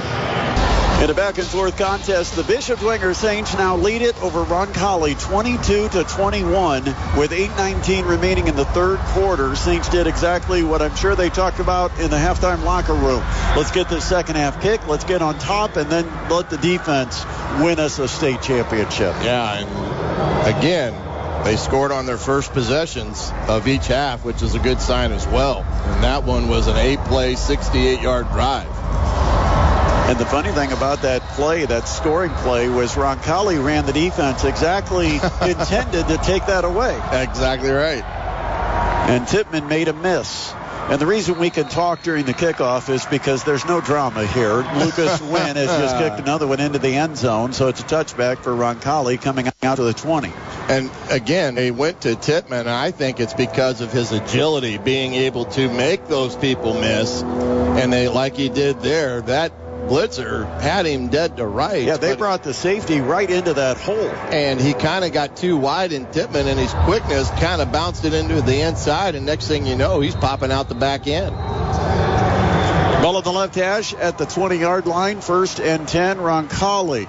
And they'll fake the handoff, and the quarterback keeper, Ash, has running room. He's across the 30, out to the 35, a 15-yard gain for Colin Ash. So now Roncalli looks for the answer, trailing 22-21. Just over 8 minutes left in the third quarter. And I believe they have answered every score, if I'm not mistaken, of Dwenger. From the 35-yard line, 1st and 10 for the Royals. This time it's a give to the running back, taking it wide to the right. Got a block by his wide receiver, cuts up the sideline, another 15, 16 yards. As he crosses the 50, they'll mark him down at the Bishop Dwenger 48-yard line. Alex Jarvis with the big run, and he got outside 2 missed tackles. Yeah. Dwenger took poor angles, and that gave him the running room to get 17 on the play. Yeah, the biggest one was Houston Ellinger missing it. Ball on the left hash, 1st and 10 for Roncalli. Oh. High snap, handled, and Ash takes off on the run, and he'll get it across the 45 and dive to the 41-yard line, and it's another 7 yards on the ground for Roncalli. Yeah, I tell you what they do offensively, these specialty offenses, the one thing this team does well is execute, and that puts your defense in a huge bind. Lined up in a wing tee. Roncalli pointing to Dwenger because they thought the Saints jumped, but no call. And now Roncalli resets. The wing in from the left goes in motion. The handoff to Jarvis up the middle, and he will pound for a 1st down, getting down to the 37-yard line. So another 1st down for Roncalli. And like you said, Griff, it seems like Roncalli has come back, and the Saints just cannot get that stop after they take the lead. Yeah, and again, the Rebels are executing at a high level right now. 1st and 10. And we've got whistles, and a false start will be called, and maybe that's the one type of play that can take the Roncalli momentum away. A 5-yard march off on 1st down. It'll be 1st and 15, and the ball will come out to the 42-yard line. Yeah, get him off schedule here will definitely help. And, you know, this Roncalli offensive line is a big offensive line. They go 6'3", 6'6", 6'2", 6'2", 6'3" across the front. Each of them about 240 pounds plus. So it's a pretty good offensive line for a 4A school. Royals with a 1st and 15 from the 42. Drop, looking, has some time. Now he's going to scramble to the left, set up, go to throw. Here comes the pressure, and the Saints are going to take him back and put him down at the 50. A loss of 8 on the sack, and that's a cover sack because Ash, about 2 or 3 times, he set up like he was going to pull the trigger and then thought better of it, and eventually the pressure got to him and took him down. An 8-yard loss on the quarterback sack, and leading the way for Bishop Dwenger looked like it was number 24 for the Saints. That's Gunnar McCarthy. And here's a run up the middle, breaks a tackle, gets inside the 40, and then dives to the 34-yard line. They just went with a quarterback draw that time and got a big hole. And Ash is he runs hard. He is a hard runner. It's a 16-yard gain, and now all of a sudden you've got a much more manageable 3rd down situation. You got to think too, they're in 4-down territory, I would assume. The ball is at the 34. They need to get to the 27 for a 1st down. It is 3rd down and 7 for Roncalli. Man in motion, left to right, drop back in the pocket, looking to throw, and they'll swing it. Out here near side, caught at the 35, and then picking up a block, diving close to the 26, and that'll be enough. An 8-yard gain on the little swing pass to Zach Dozier out of the backfield, and a 1st down for Roncalli. And they overcome a 2nd down and 23 and move the sticks. Yeah, that Dwenger's got to cover that guy. I mean, they drop him back, and by the time they react to it, the kid's already 5 yards downfield because nobody is there to take him as a cover guy. So that's a flaw in their coverage. 1st and 10 from the right hash. Man in motion off the right wing, and they'll run the option, and they'll pitch it to Dozier. He's got a block by the wide receiver. He cuts it up inside the 15, dragged out of bounds near the 10.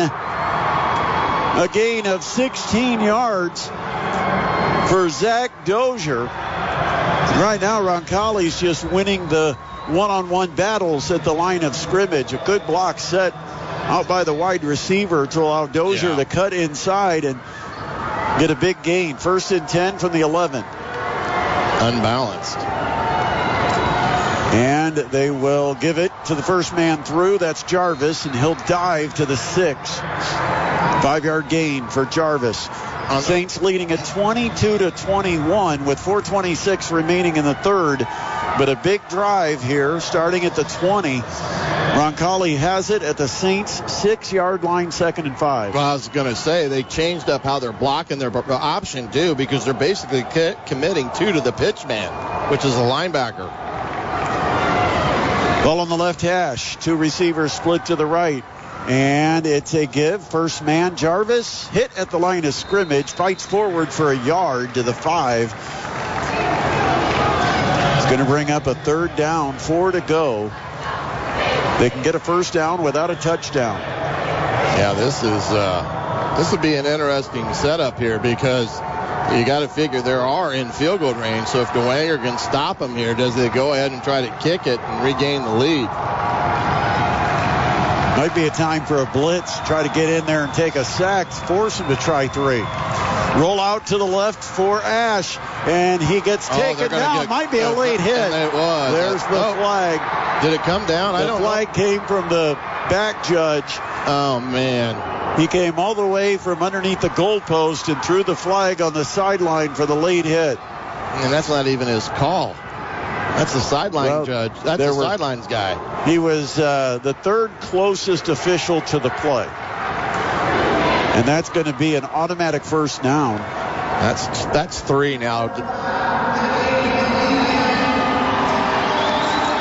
And so that's an automatic first. Well, let's see. Remember, it's not. We thought that the personal foul was automatic, but it's still measured, and it's going to be short. It's going to be a yard short. Because it's half the distance, and it didn't get there. But at the end of the day, Dwenger's had three costly penalties now on these 3rd down situations. That's really hurt them. So now it's a 3rd down and 1. It would have been 4th down and almost 4 to go without the penalty. From the 2-yard line, handoff, fullback, Jarvis hit, but he still powers forward into the end zone. Touchdown, Roncalli. They've reclaimed the lead. Well, that's what good teams do. They make you pay for the mistakes you make, and Roncalli's done that all day long, answering again a score by the Dwenger Saints to regain the lead. Saints came in and hit him hard at the 2-yard line. 2 defenders, but neither one really wrapped up, and Jarvis was able to stay on his feet enough to muscle across the goal line, and it makes it 27-22, and now a 2-point try for Roncalli. And what do we have? Timeout? I think the Saints, because of the surprise of the 2-point try, had to call a timeout. Well, you've got to figure it puts Roncalli up 7, getting the 2-point play if they would happen to get it. So we do have a timeout on the field. Well, in case you missed it yesterday, the Bishop Lures Knights fell short against Cascade, losing in the 3A state championship game. Earlier today in the 2A state championship, I know, Grib, we were both here to see that game because we came into town early to avoid the snow. And it was a scoreless tie until about 5 minutes left. Yeah. And Andrean had a 4th and 1 earlier in the fourth quarter. And instead of taking a field goal to take a 3-0 lead, they went for it and got stuffed. And they got stuffed. And Brownstown Central had the defensive stop that kept the game scoreless, but Andrean then got the ball back and scored on the next drive, and they won it 7-0 over Brownstown Central. Here's the 2-point try. They pitch it, and it looks like a halfback option, and it escapes pressure and finds a receiver for the 2-point try. Oh, my. They completes it to Roeder. Yeah, they had him wrapped up, and he escaped, just spun his way right out the arm tackle and gave him new life, and he just threw it as a prayer into the end zone, and Roeder, standing over in the left side of the end zone, open, makes the catch. Yeah, they kind of ran a reverse, and at first it looked like Dwenger was going to stop it dead to rights, and like you said, he got out of it and was able to throw the football to a wide open Roncalli player to get the 2 points, and now a 7-point lead. 29-22. Roncalli leads it over Bishop Dwenger with 3:24 left. This is the high school football game of the week, presented by Midwest Box Breaks on 1380 The Fan and 100.9 FM. With our studio producer Adam Lundy and the coach Shannon Griffith by my side, I am Brett Rump. Glad you're joining us for high school football. This free broadcast being presented by Midwest Box Breaks. Well, it is 29-22. Roncalli with the lead. 53rd annual high school football state finals. I remember the days when it was played at North Central High School. Yeah. Now downtown at Lucas Oil Stadium. My, have times ever changed. So Gavin Lautane is going to kick it off. He's got it teed up at his 40 over on the left hash. And his kick, high kick, hanging at the 3. Here's Ellinger across the 15, the 20, and hit hard at the 22-yard line and taken down. Oh, and a flag came in. And, yeah, I don't know. There might be taunting, and I'm not sure who it's on. Ellinger got up and looked like he might have leaned over the guy who made the tackle, but Roncalli was celebrating right over the top of Ellinger. And so the flag is right where the tackle was made, and it was a late flag. So I think this is going to be unsportsmanlike against one side or the other, and they're telling Dwenger to back up. Not good. Unsportsmanlike on Ellinger. And they'll mark it back to the 12-yard line. Actually, almost to the 11. They've had some very costly penalties today that have not served them well, and kind of an uncharacteristic penalties by Dwenger. Houston Ellinger was a ball boy for Bishop Dwenger in their 2018 state championship. Yeah, he was. His older brother was on that state championship team. He's trying to get a state championship to his name. 1st and 10 for the Saints. Quick throw on a slant to the outside man, caught at the 17 and immediately taken down. And that is Carter Zent with the catch. Henry gets a good job of getting the ball in and out of his hands quick, making the correct read as they're playing kind of a two-man game between the safety and the two inside receivers. 6-yard gain, 2nd down and 4. In fact, we'll call it 8 yards out to the 18-yard line. Shotgun snap, drop in the pocket. Here comes pressure, and he just rolls to his right to escape it. Rose got a man down the sideline, caught at the 40 and out to midfield. Out of bounds at the Royals 48-yard line. The catch by Landon Scott, a 6'1", 228-pounder for Bishop Dwenger. Yeah, it was broken coverage, and Ellinger. Correction. Yeah, I got to correct that. It's Carter Zent with the catch. Gotcha. Down that sideline. But that's a huge play. 33 yards to the 49 of Roncalli. Now, Jordan broke contain, and what happened, the corner came off the man, and that's why he was able to hit Zent down the sideline. Drop back again. Jordan looks to throw. Rolls to the left. Here comes the pressure. He throws over the middle. He's got a man going up and making the catch with the high point. What a catch at the 30-yard line. I believe that's Max. And that is Max Jordan. Wow. And he had to really high point that. It was high and a little behind him. He adjusted to it and went high altitude to make the catch. I tell you, Bishop Dwenger is getting a heck of a ball game out of this Henry Jordan today. Just doing a great job leading them offensively. Run it, pass it, you name it. He's been able to do it pretty good today. And I think that was a question about Dwenger. Could they win games where they had to throw the football? They're putting it in Jordan's hands, and he's delivering. Rolls out to the right. He's going to keep the ball. He's inside the 25. Dives down close to the 20. A 9-yard pickup on the quarterback keeper that time for Henry Jordan, the 6-foot, 180-pound senior. Described by teammates and coaches as just a guy that everybody on the team is drawn toward. Yeah. Just a great teammate. Yeah, and that in itself is worth its weight in gold, and a kid that you want in that position as quarterback. Trip receivers, wide side to the left, single receiver to the right. It is 2nd down and 1, and they'll throw the fade wide open. Oh, man. And he missed him.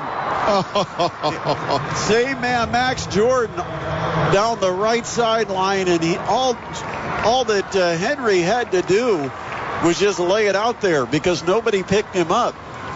The corner let him slide right by, and then Max was wide open at about the 5, and he went up and couldn't bring that one down. You know, he's holding that right arm and shoulder area. He was doing it in the game, and it looks like they've got it taped up pretty good, and that's how, that's kind of hindered him on that type of play because he just can't get his arms up there to make that type of catch. 3rd down, a yard to go for the Saints. And they'll give it to the running back, and he'll pull a tackler down to the 18 or 19-yard line, and I think that's going to be a first down. It is. They needed a yard. They got a yard and a half. Yeah. Gus Tipman with the carry. Of course, if you need a power yard, the guy to go to is your 5'5", 145-pound back. Yeah, and we've seen them go to him quite frequently this second half, as we haven't seen Ellinger or Schifferle back there running the ball. So, and I think that's a good call by them. 1st and 10. And a keeper for Jordan. He'll follow the back through the hole, and Jordan gets pushed back after he advanced it to about the 17. Might have got a yard on the play. 2nd down and 9 for the Saints. Last 38 seconds of our 3rd quarter. Roncalli leading it 29-22. This game may come down to who has it the last. Because the way these two offenses are kind of just going down the field on each defense. And the Saints have really changed what we've known them for all year. They are not a wide open spread offense, aerial attack, and that's what they're going to here against this Roncalli defense. 2nd down and 9. Drop in the pocket. Jordan looks, fires over the middle. It's completed at the 5-yard line. A spin and a tackle at the 3. The completion to number 5. Yeah, to Don Monjo. And that will be a 1st and goal for the Saints, and that's how we're going to open our 4th quarter. At the 3-yard line, the Saints looking to get this game tied. They trail it 29-22. The 4th quarter is next. This is high school football, the Class 4A state championship game, presented by Midwest Box Breaks on 1380 The Fan and 100.9 FM. This game has made it worth driving through a snowstorm to get to Indianapolis, 29-22. Roncalli leads it heading to the 4th quarter, but the Saints have it 1st and goal to 3. Much more than we expected out of this one, Griff. Well, yeah, I was not expecting a wide open, full throttle offensive showdown, as most people were talking about 1st to 11 would win. But the offensive have said not so fast, as we can do anything we want, and that if that means spreading it out and throwing it, so be it. So this is a big opportunity, 4 downs here from the 4 for this Saint offense to get it in the end zone and recapture the lead. This place will be rocking next Saturday night. It sure would be. I think you and I need to come back down, Griff. I say, hey, let's do it. 27-9, Ohio State beat Michigan today. The Buckeyes end the streak, and Ohio State, Indiana, number 1 versus number 2 next Saturday. Here's a handoff to Tippmann. He's in, touchdown. Saints score on the first play of the 4th quarter. Gus Tippmann takes it in from 3 yards out. Great blocking on the left side of the line, and the Saints have an extra point that could tie up the football game. You know, this is kind of a game that it's kind of which offense makes the mistake that's going to cost them the game, because they're just trading blows right now. Tryon had a terrific block to lead the way. The left tackle, 6'4", 295, just took his man completely out of the hole. Here's the extra point. It is up, and it is good. It is a tie game. We have been back and forth all game long, and now it is a tie game at 29 apiece with 11:57 on the clock. You're listening to the Class 4A State Championship game. It's being presented by Midwest Box Brakes on 1380 The Fan and 100.9 FM. Tied in the Class 4A State Championship game, 29-29 between Bishop Dwenger and Indianapolis Roncalli with 11:57 to play. Bishop Dwenger set to kick off. Wynn has it teed up, and the kick, and we'll join you at the 20. Wow. Another kick that goes deep into the end zone. And Roncalli will start yet another drive from their 20. But I'll tell you what, this offense with the big plays and a really good sustained drive the last time they had it has been tough for Bishop Dwenger to slow down. Well, the biggest thing for this defense is they've got to stop making the stupid penalty that's cost them in certain situations, giving them cheap first downs. From the right hash, 1st and 10. And they will give it to the first man through. The fullback will take it, and it's Alex Jarvis with about a 3-yard carry on first down. 2nd down and 7. And, you're right, Griff. The best way to explain this offense, similar to what Adams Central runs with the 2 wings and a single back behind the quarterback.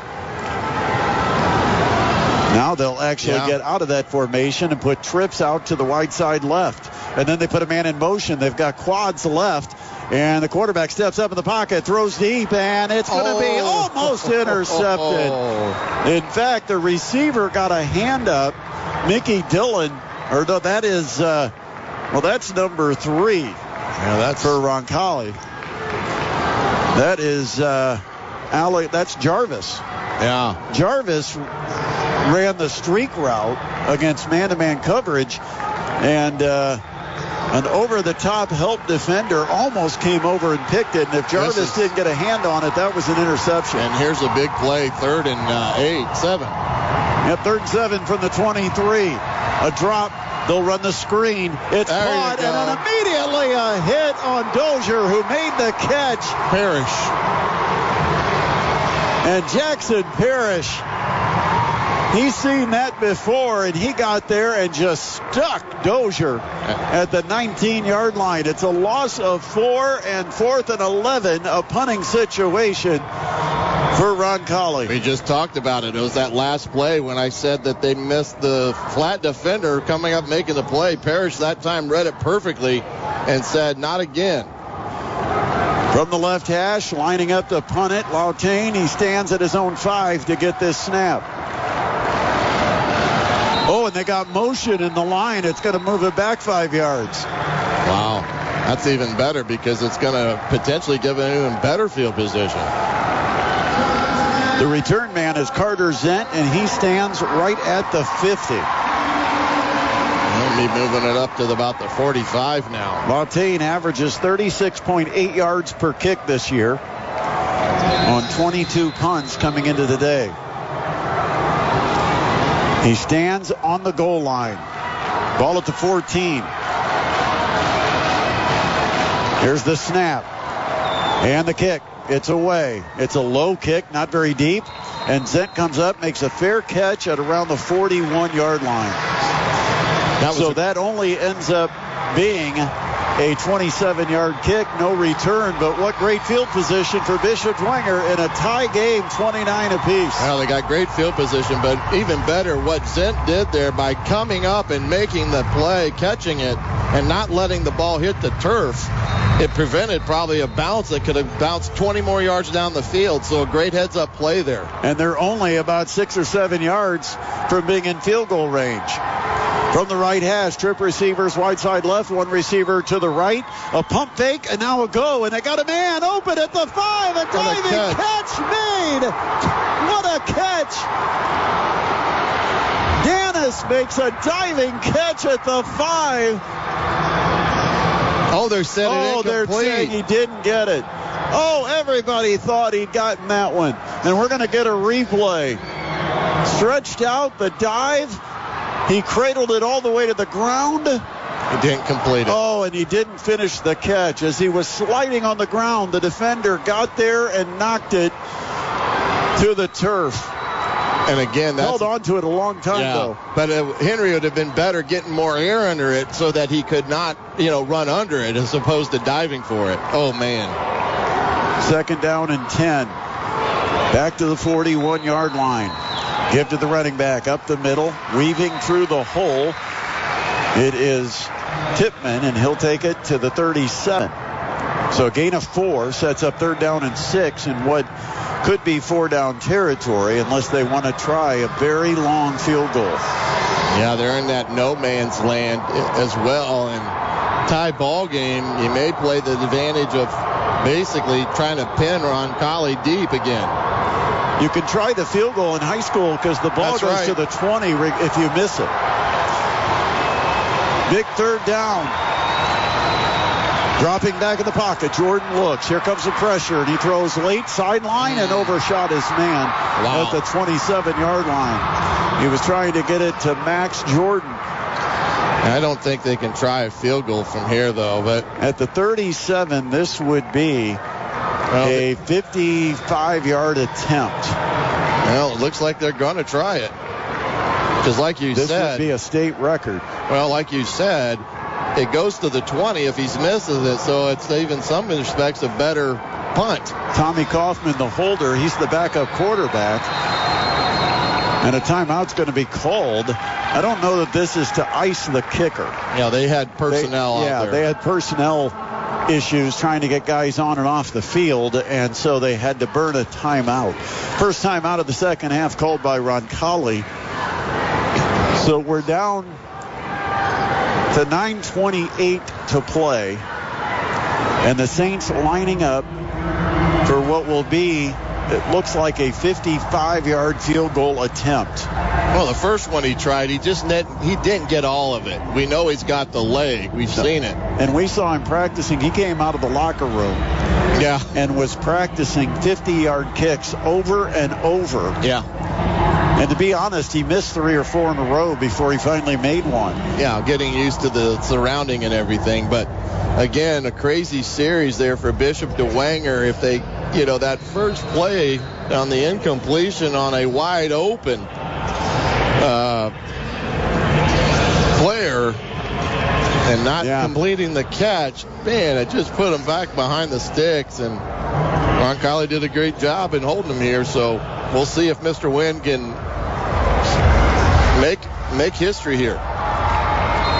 Officially, it'll be 54 yards just inside the 55-yard line. The left-footed kicker from the right hash. And it's a fake. They snap it to Wynn.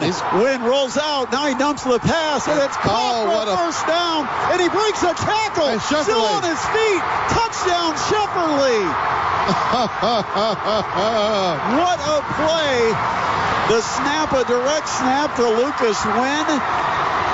And They had one defender out there. Shefferly was planning a block, and when the defender got off the block to go after Wynn just lobbed it up to Shefferly, and Shefferly did the rest. Well, call Coach Garrett the Riverboat Gambler, because this was an amazing call and a nice throw by it goes Wynn. As a 37-yard touchdown pass, Lucas Wynn to A.J. Shefferly, and now the extra point. It was end over end on the pass, but it doesn't matter what it looks like.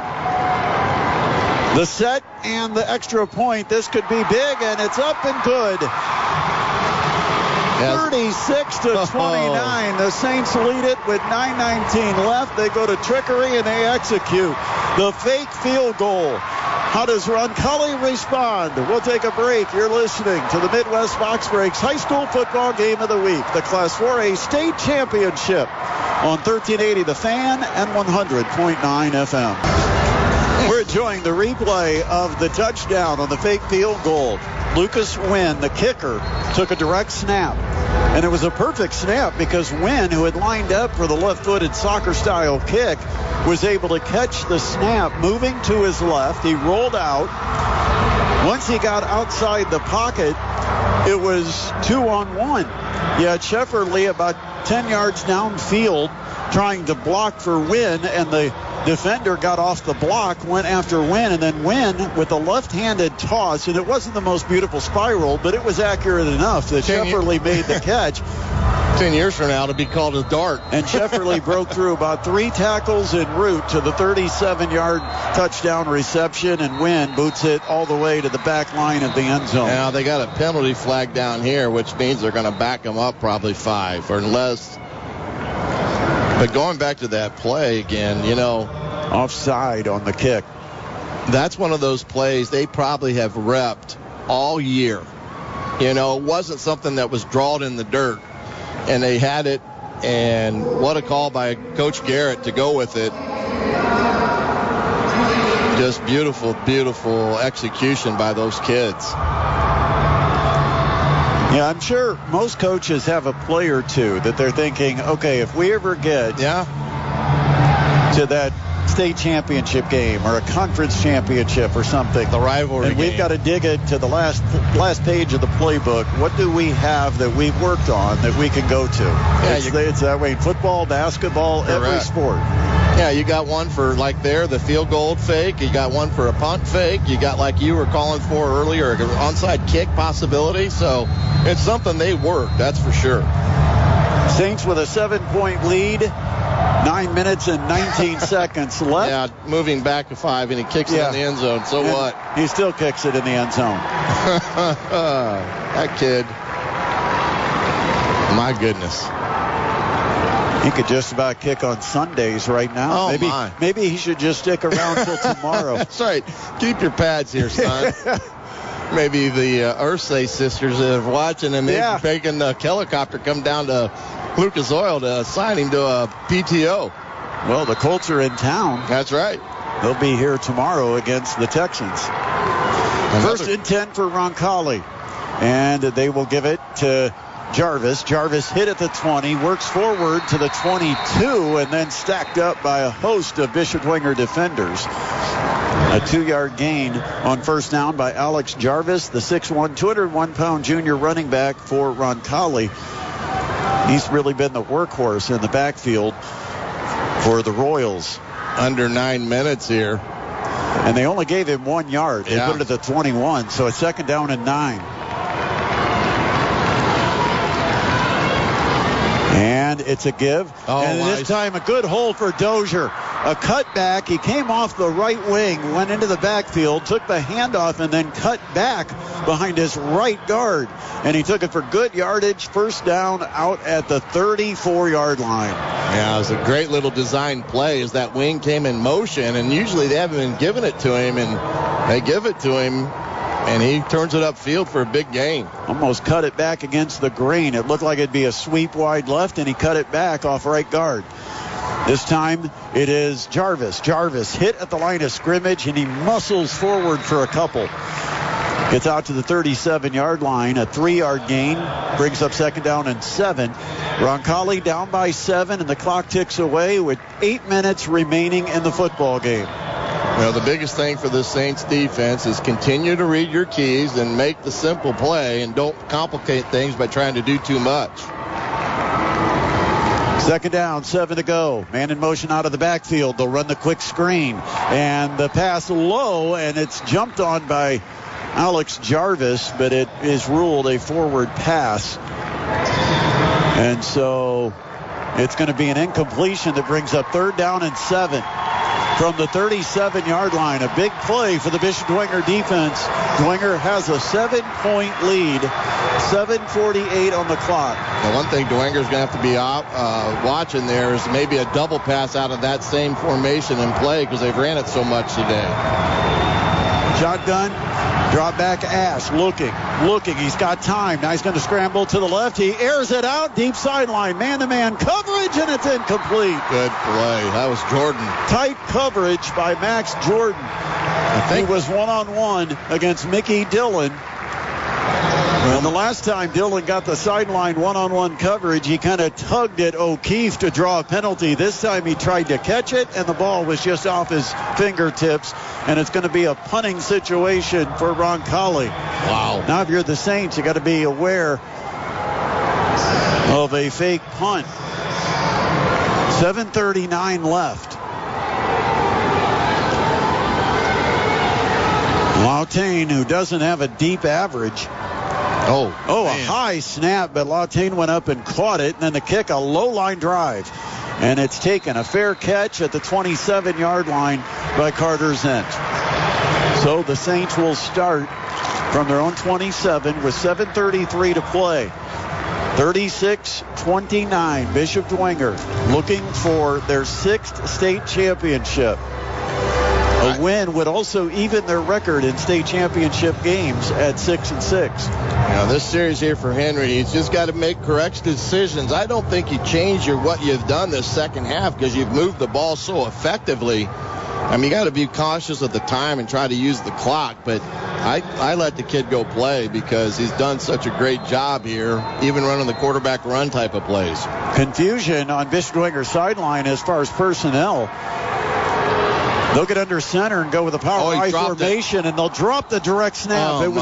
See, and that's one of those things where you're used to the shotgun snap, and then you get under center and you don't handle it cleanly. Right, and that's what I was referencing there. They've been in gun the whole game. Don't change because you got a lead, and 7 minutes into the game, you still got to try to get the ball down the field, moving it to get first downs. This is where you've got to play to win instead of play not to lose. You get a score here, you almost ice this game away. No question. And that's what I was saying. Henry's played so well today. Just let the young man go play and not try to complicate things. They got to hurry. Play clock down to 5 as they line up again with the I formation. Give to the tailback, and he's going to be wrapped up. Goes down for a loss. About 3 yards. Gus Tipman found no running room at all off right tackle. He goes down at the 23. And now all of a sudden you've got 3rd down. And forever. And almost 14 to go. Yeah, if you're going to look for a safe call here, you got to run maybe a tailback screen or something. But now you're 3rd and 14. And the worst thing to happen here is go 3 and out as quick as they had, because they haven't moved the clock any. Saints use the spread formation most of the half. It's been effective with the passing game. They go to the power run formation and they stay in it. And they'll go play action. Drop back Jordan throwing near sideline, and he overshoots his man. Incomplete. Trying to get Beckham Russell on a streak pattern down the right sideline, but did not come close. And so it's a 3 and out for Bishop Dwenger, and on is Lucas Wynn to punt the football. Now, if they need a big kick, it's right here. But like we said there, they completely changed what they were doing and played, like you said, conservatively, and it cost them. Wynn stands at his own 8-yard line to get this long snap. Everybody lined up. Waiting for the snap. There it is. It's good. And the kick away, the left-footed kick. It's end over end. It's going to be taken at the 42, some running room. Out to the 50, and then hit hard, and we're going to have flags flying everywhere. What was that on? There might be a targeting coming up. On head-to-head contact, we might have targeting against Bishop Dwenger. Luke Baker, the return. And the Saints, I thought, might have gone helmet to helmet. And let's see, the referee is going to come over. I'm not sure. I mean, you may be absolutely correct, but in the way that play developed, the kid was rolling down when he hit him, and I don't think you can avoid that type of contact. Again, it's two flags flew. Wow. Two different officials threw the flag. It's a personal foul. He didn't give a reason for the personal foul. He said late hit. A late hit? Yeah. Wow. That was in the course of the play. Yeah. And see, now Dwenger completely changes the makeup of this because, like we said, they went conservative, and now you get this situation now where you give Roncalli great field position. Yeah, Roncalli starts at the Bishop Dwenger 35-yard line. And it's a pitch. Here comes the running back out to the right. They're going to get a hold. And now they're going to get a hold out on the far edge. It's a 5-yard gain for Dozier, but it's going to come back. Dozier ran that wide to the right, the wide side of the field, and you could just see that there was a block that was being set that had a good grip. And Roncalli's head coach is not overly happy with that call. Sometimes you wonder if it's the call or it's the lack of discipline to set that block without holding, because penalties have played a part in this game. Yeah, they have. At critical moments, as we said there. Yeah, there haven't been a ton of them, but we just saw a couple of big ones. Yeah, and here's the play. Yeah, you got to call that. Yeah, they're dancing. You got the waltz going on with Bishop Dwenger's Jackson Parrish. Couldn't get off the block because he had a firm grip. Handoff up the middle. Jarvis, not much there. He goes down for maybe a yard. Well, you got to figure Dwenger's going to play 4 downs here regardless with 5:27 left and a 2nd and 17 facing the Roncalli. Saints lead it 36-29. Roncalli, 2nd down, 17 from the 43. Shotgun snap. And the give to the fullback. And again, the Saints got in there. Shefferly led the host of Saints. The takedown Jarvis for no gain. That was kind of a surprising play call on 2nd and 17. And now it's a big 3rd down. Well, and sometimes, Griff, it goes back to what you said last drive. You've got to do what you do best. Right. You don't want to change because of the circumstances.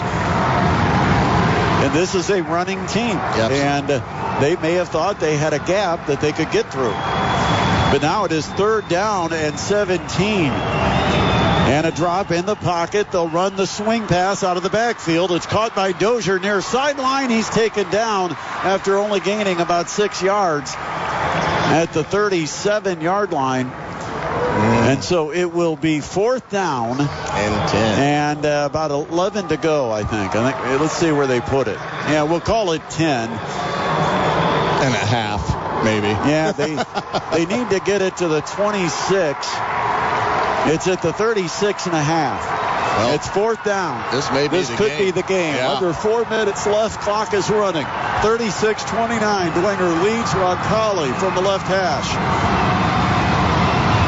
Send a man in motion out to the right. Drop back in the pocket. Looking. Ash throws it deep. Going for the home run. And at the goal line, it's knocked down. Double coverage by the Saints. Carter Zent makes the play defensively. And the Saints will take over on downs with 3:42 remaining in the game. Well, great job by the Dwenger defense, aided by the holding call there on that 1st down play. And now 3:42 left. They need probably at least 1 first down.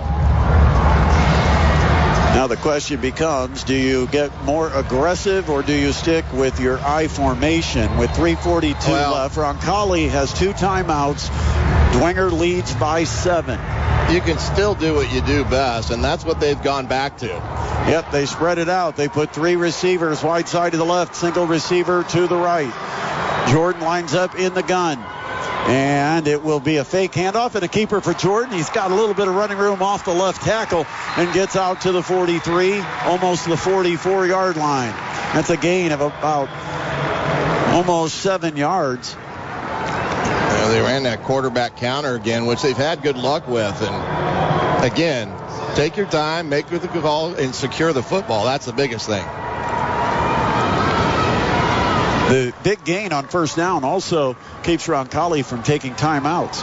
Yes. You know, if they'd have held them short or at the line of scrimmage, they might have taken a timeout thinking this will be our chance to get a stop. But now they don't want to use the timeouts and burn them, and Dwenger still get the first down. Second down and 3. Another quarterback keeper. They got a lead blocker, and Jordan will get tackled at the 45. Hit north and south, Yeah, that's the thing, is if he just puts the pad level low and goes straight north and south, he might have that extra yard or so to get the first. Instead, it's going to be a third down and a long 1 yard from the 45. As Jordan got hit, he kind of turned toward the sideline and then got taken down. Well, you want to take as much time off the clock as you can here. 2:25 left. And now they're going to go back to underneath and I football. Third down, long 1, I formation. Tailback gets it. Tippmann is met and wrapped up right at the line of scrimmage. No gain at the 45. It's going to be fourth down and a yard and a half to go. And, I mean, every play they've run out of that formation, I mean, they had an unblocked guy. Yeah, I mean, they didn't even block the linebacker like you said. No, he just came straight in and made the tackle. And it's the middle linebacker, Brody Heidelberger, for Roncalli. I mean, you got to account for him. Well, and, you know, you bring an extra guy in, what's that do to the defense? That means they bring more into the mix, into the box, and they have them outnumbered. And if they would have stayed in the spread set, at least you've got that option to do an RPO potentially, throw the hitch like they had earlier, or come back and run the quarterback counter. And again, you get in those sets that you haven't been in the entire game. It's very hard to get your bearings straight and get the linemen to the correct people. Roncalli does take one of their 2 remaining timeouts on this fourth down and 2. They want to save time before Dwenger punts it. So there's 2 minutes and 11 seconds left. Dwenger leads it 36-29. And the Saints will line up in punt formation. Well, of course, you know, Lucas Wynn might be one of the best passers on the team, you know. Well, would you think they'd call a fake punt here? No. I don't think they would either, but Wynn's got to get the best foot into this one. Can't get beat in the return game. Luke Baker stands at his own 23 to get this kick. From their own 45, the snap is good. The kick is away. The left-footed boot, a good kick. Deep kick. And Baker bobbles it at the 10, and he gets taken down immediately by the Saints. Danis was the first one there in coverage, and Roncalli pinned deep at the 8-yard line. What a boot by Lucas Wynn to come up with the big kick. Lucas Wynn might be the MVP of the game for Bishop Dwenger. I was just going to say that as well. The kid is without a field goal. Without a field goal, but he's made such an impact in the couple plays that they've needed him. As they say, big-time players make big-time plays in big games, and that right there just flipped the entire field in Dwenger's favor against an offense that's not comfortable throwing it all the time. And he does have a field goal. The first kick of the game was a field goal. That's right. First down, drop back, looking, going to go deep on the post route, man-to-man, and it's incomplete, and they're going to get a pass interference call. He was in. O'Keefe reached in and tried to reach around the receiver, but he got his arm in there just a little too early.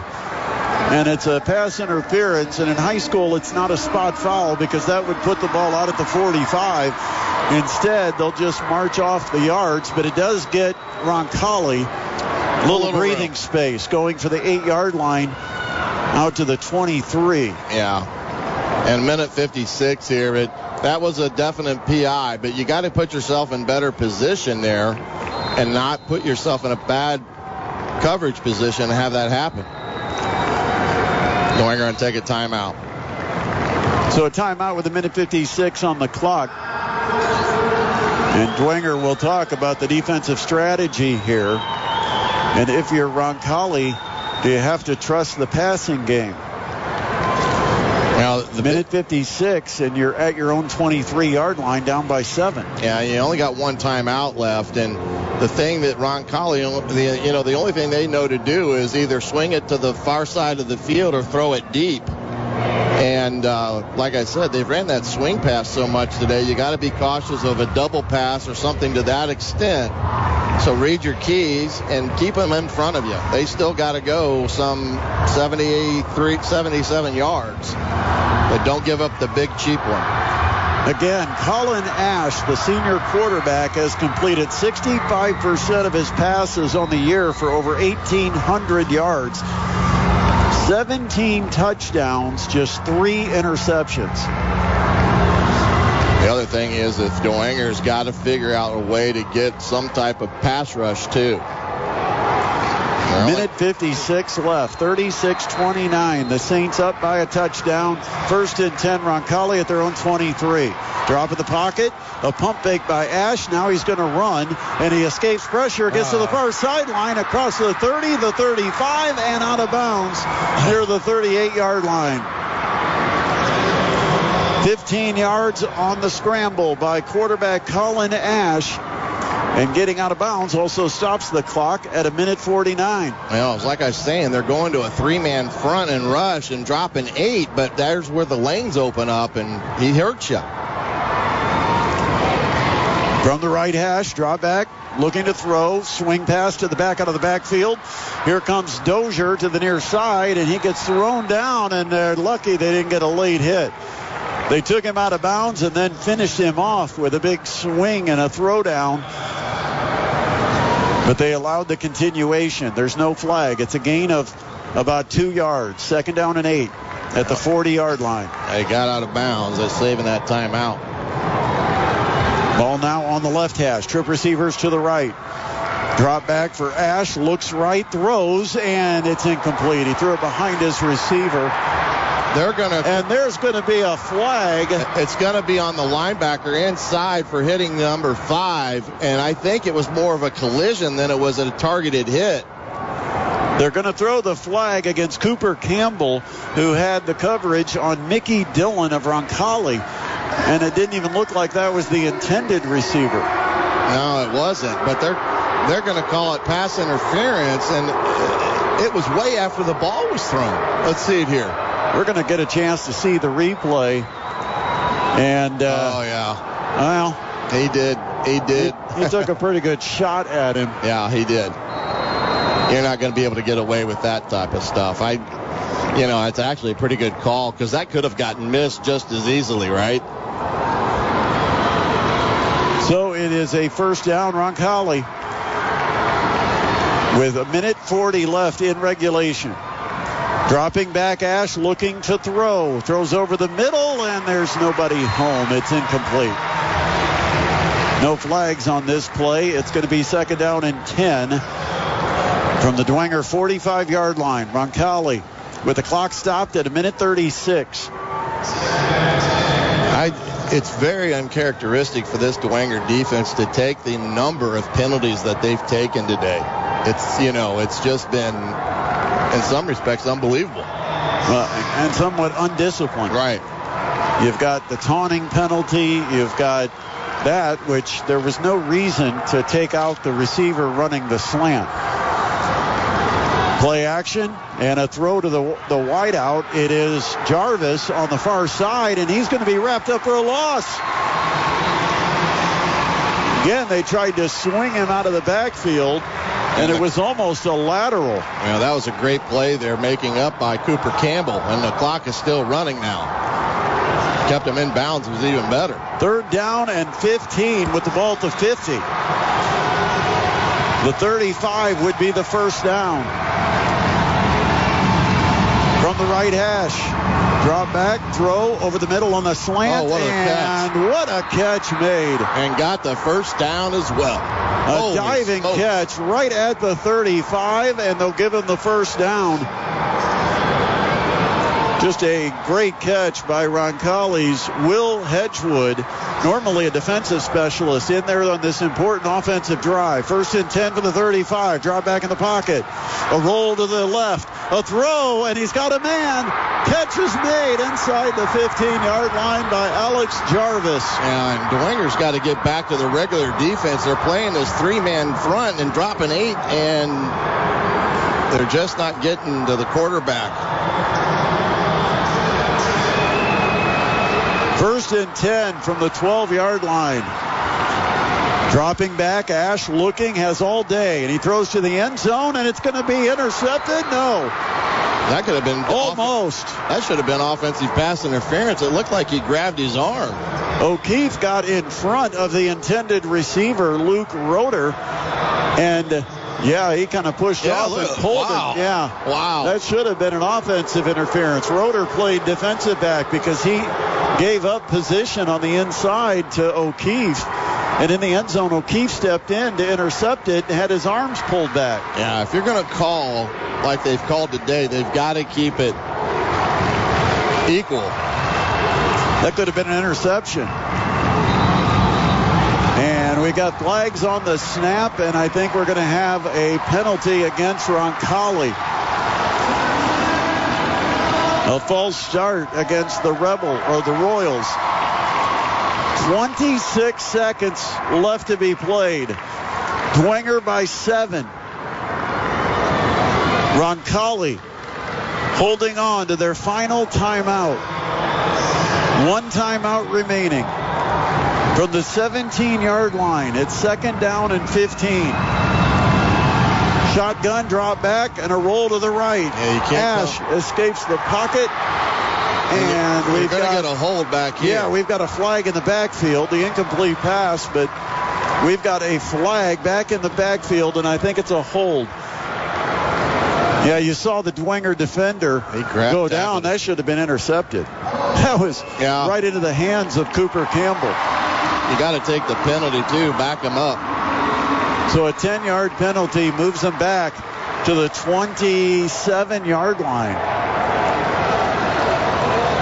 We've got 21 seconds on the clock. 36-29. Roncalli down by 7, looking for the tying score. And if you score here, do you go for 2? Yeah, they may. Shotgun. The NFL hash on the right. Drop back Ash. He'll escape some pressure, roll to the left. Here comes some more pressure. He steps back. He'll throw all the way across the field, and it is can't caught. Let that happen. At the 10-yard line, it is caught. Got 7 seconds. They're going to take a timeout. They've got it to the 10, and the catch was made by Roncalli's Alex Toth. His 18th catch of the year. But he just stayed at home over on that right sideline, and the roll to the left drew the defense away from him, and then Ash rolled back toward the middle of the field and threw all the way across to that far sideline, and Toth was able to make the catch before the defender could get there. And like I said, with Dwenger is only rushing 3 and dropping 8, that type of throw should not be able to happen. But because they're giving him so much time, they're losing guys in the fray and leaving guys wide open. I mean, this one here, they got no timeout. They put 3 more seconds, it looks like, back on the clock. 10 seconds. Well, you got to figure it's 3rd down. You got to take 2 shots to the end zone. They need a sack or something here. From the 10, it's 3rd down and 8. They can get a first down without a touchdown, but they need a touchdown, down by 7 with 10 seconds remaining. Bishop Dwenger trying to get their 6th state championship. Trying to avenge a season-opening loss to Roncalli, but the Royals have it at the Saints 10. Lined up in the gun. Ash drops. rolls to the left, looking, throwing, and in the end zone, it's incomplete. Well, there's a flag in the end zone now. They're going to call interference against Dwenger. My goodness, you got to be kidding me. And this, again, is it going to be off the ball? I don't understand. They missed a hold. Where's the interference? Yeah, didn't see any interference on that play. That was good coverage, and the pass over the receiver incomplete. And we've got 4 seconds left. Are you kidding me? Now they've got their full playbook at their dispense now. They move it to the 5-yard line. You can't call that. The game on the line. I mean, we missed the offensive pass interference in the end zone that he let go, and now you're going to call that in the end zone on a... Oh, man. Yeah, I still don't know who they called it on. Yeah, I don't know either. The worst case scenario, here we got a better angle at it. Oh my gosh, there was nothing there. There was nothing. There was nothing there. And that's... We saw almost the entire field on the replay, and no one touched anybody. Wow. A phantom call brings up a huge play from the 5. Probably the last play of the game. They got it. And they got it. Incomplete. Oh, man, 1 second on the clock. Incomplete. They blitzed him, and he was able to unload it. Incomplete, and it saved a second. Oh, my goodness. He threw it quickly, and it was only a 3-second play, and they're going to get a 4th down chance here from the 5. I'm not so sure I wouldn't call timeout here just to get your breath back. And I'm with Dwenger here on this one. I go after him. Put the kid in conflict because he's not used to that, and you got to be able to play defense. The game on the line from the 5-yard line. Shotgun for Ash, throwing left in the end zone. Intercepted. And it is picked off by the Saints. They're going to win it. Carter Zent with the interception in the end zone. The Bishop Dwenger Saints are your 2025 Class 4A IHSAA state champions. Well, I tell you what, they don't make it easy on the on the Bishop Dwenger sideline as they went a great drive by Roncalli.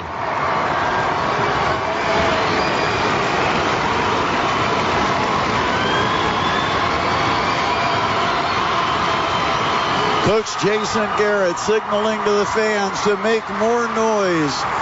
The Bishop Dwenger Saints had a battle on their hands the entire day, and it came down to a final play and a final defensive stand. And for this Bishop Dwenger squad, how appropriate to have their defense on the field to have to win them a state championship. That's a pretty good observation right there.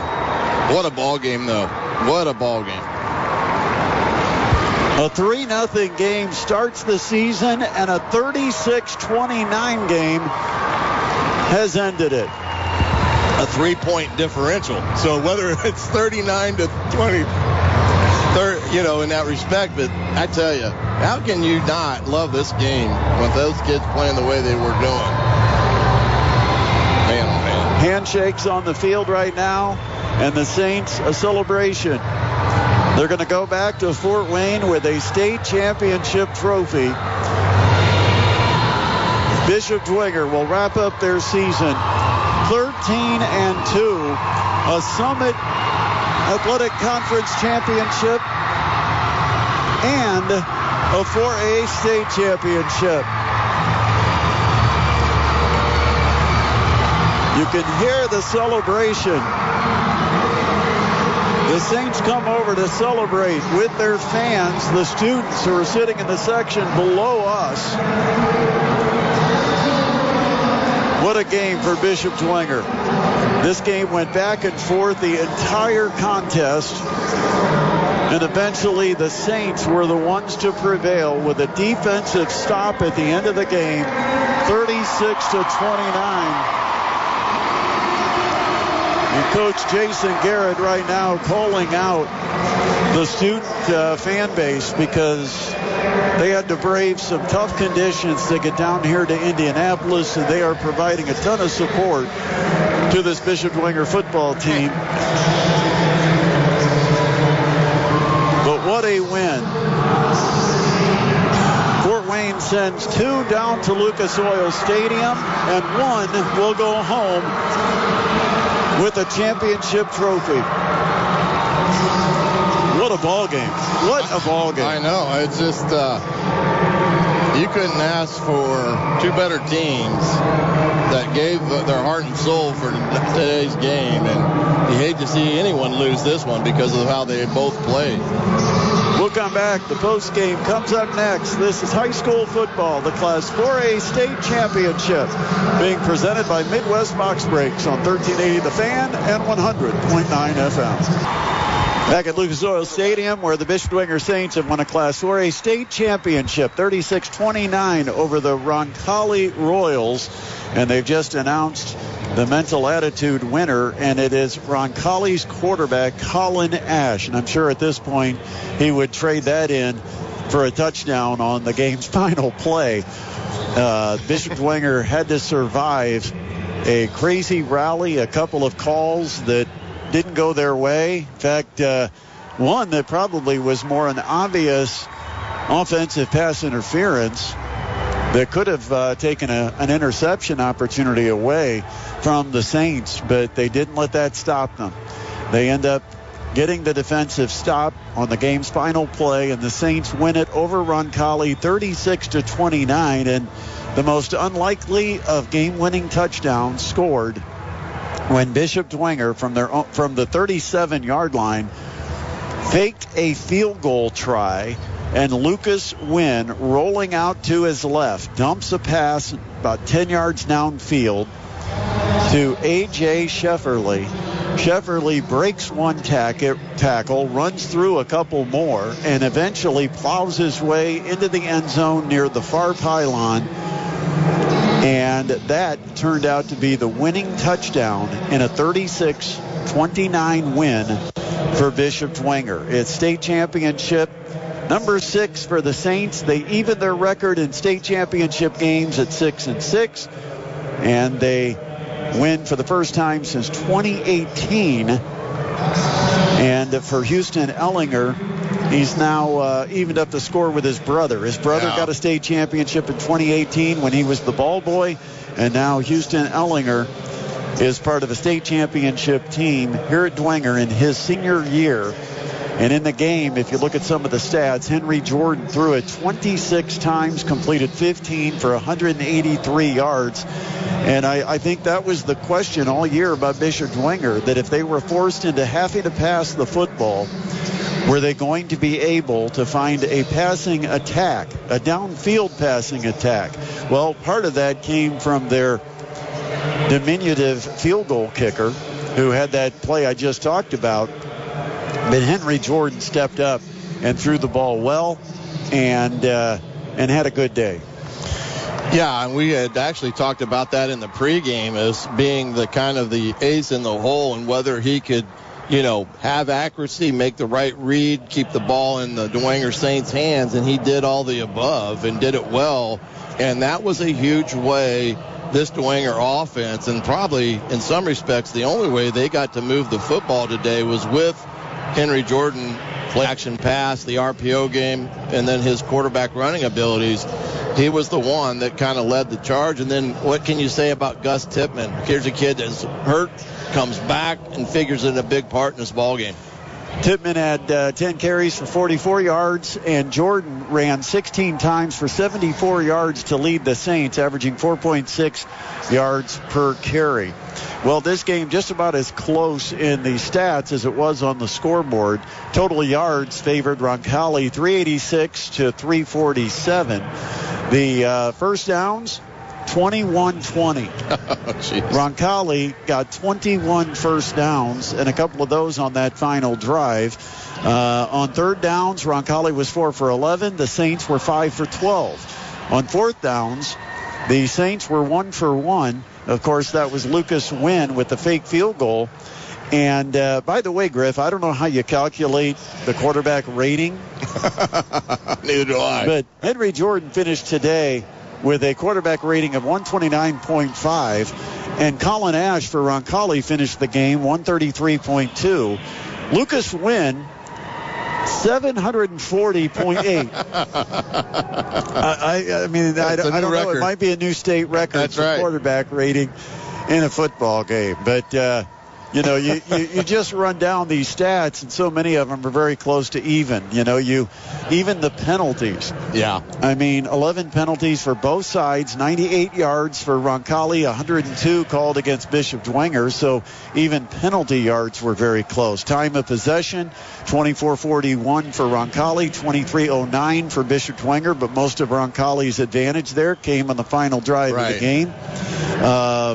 Roncalli had the 2 turnovers, and one of them on the final play of the game when Carter Zent intercepted it in the end zone. Another one on a fumble in the first half.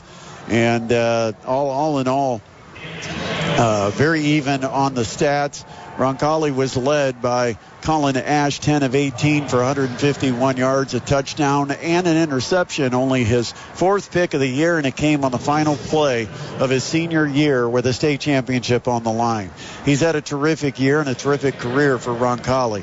But, the Saints do the job defensively on a final drive by Roncalli, and the Saints win it 36-29. How did we get to this score? Well, it would have been a lot easier to go through the scoring if we had another 3-0 game, but Shannon Griffith is going to try to recap this one in the 4A state championship. Well, we could get it all started back in the first quarter. 49-second drive at 11-11. Ash from 1 yard out in for the end zone with a 3-play 80-yard drive, and Roncalli was out to a 7-0 lead. Then Bishop Dwenger gets on the board at 5:35 in the first quarter. They go on an 11-play 65-yard drive, occupying 5 minutes and 30 seconds, and Lucas Wynn connects from 24 yards out, and the score is 7-3 Roncalli. Bishop Dwenger again, this time in the second quarter at 11:03. Max Jordan gets his first touchdown on the reception of a 22-yard touchdown pass from Henry Jordan. That was a 3-play, 23-yard drive, and Dwenger had their first lead of the game, 10-7. Roncalli answers that at 10-17. They go on a 2-play, 80-yard drive. Raider on a 79-yard touchdown pass from Ash, making it a 14-10 Roncalli lead. Then Bishop Dwenger again, this time at a 7-12 in the second. They go on a 4-play, 46-yard drive. Henry Jordan from 1 yard out wins PAT, was missed, and it was 16-14 Dwenger.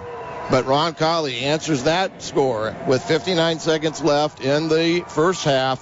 They went on a 14-play, 67-yard drive. Ash in from 1 yard out. The PAT for them was good, and we were 21-16 at the halftime in favor of Roncalli. Now Bishop Dwenger gets the ball in the second half. They took the first possession this time at 8:19 of the third quarter. They went on a 8-play, 68-yard drive. Gus Tittman, 15 yards in for the touchdown. The 2-point conversion was missed, but Bishop Dwenger again recaptures the lead, 22-21. Roncalli answers that at 3:24 of the third quarter. They went on a 12-play, 80-yard drive. Jarvis 3-yard touchdown run. The PAT was good. The 2-point play was good, and Roncalli was up 29-22.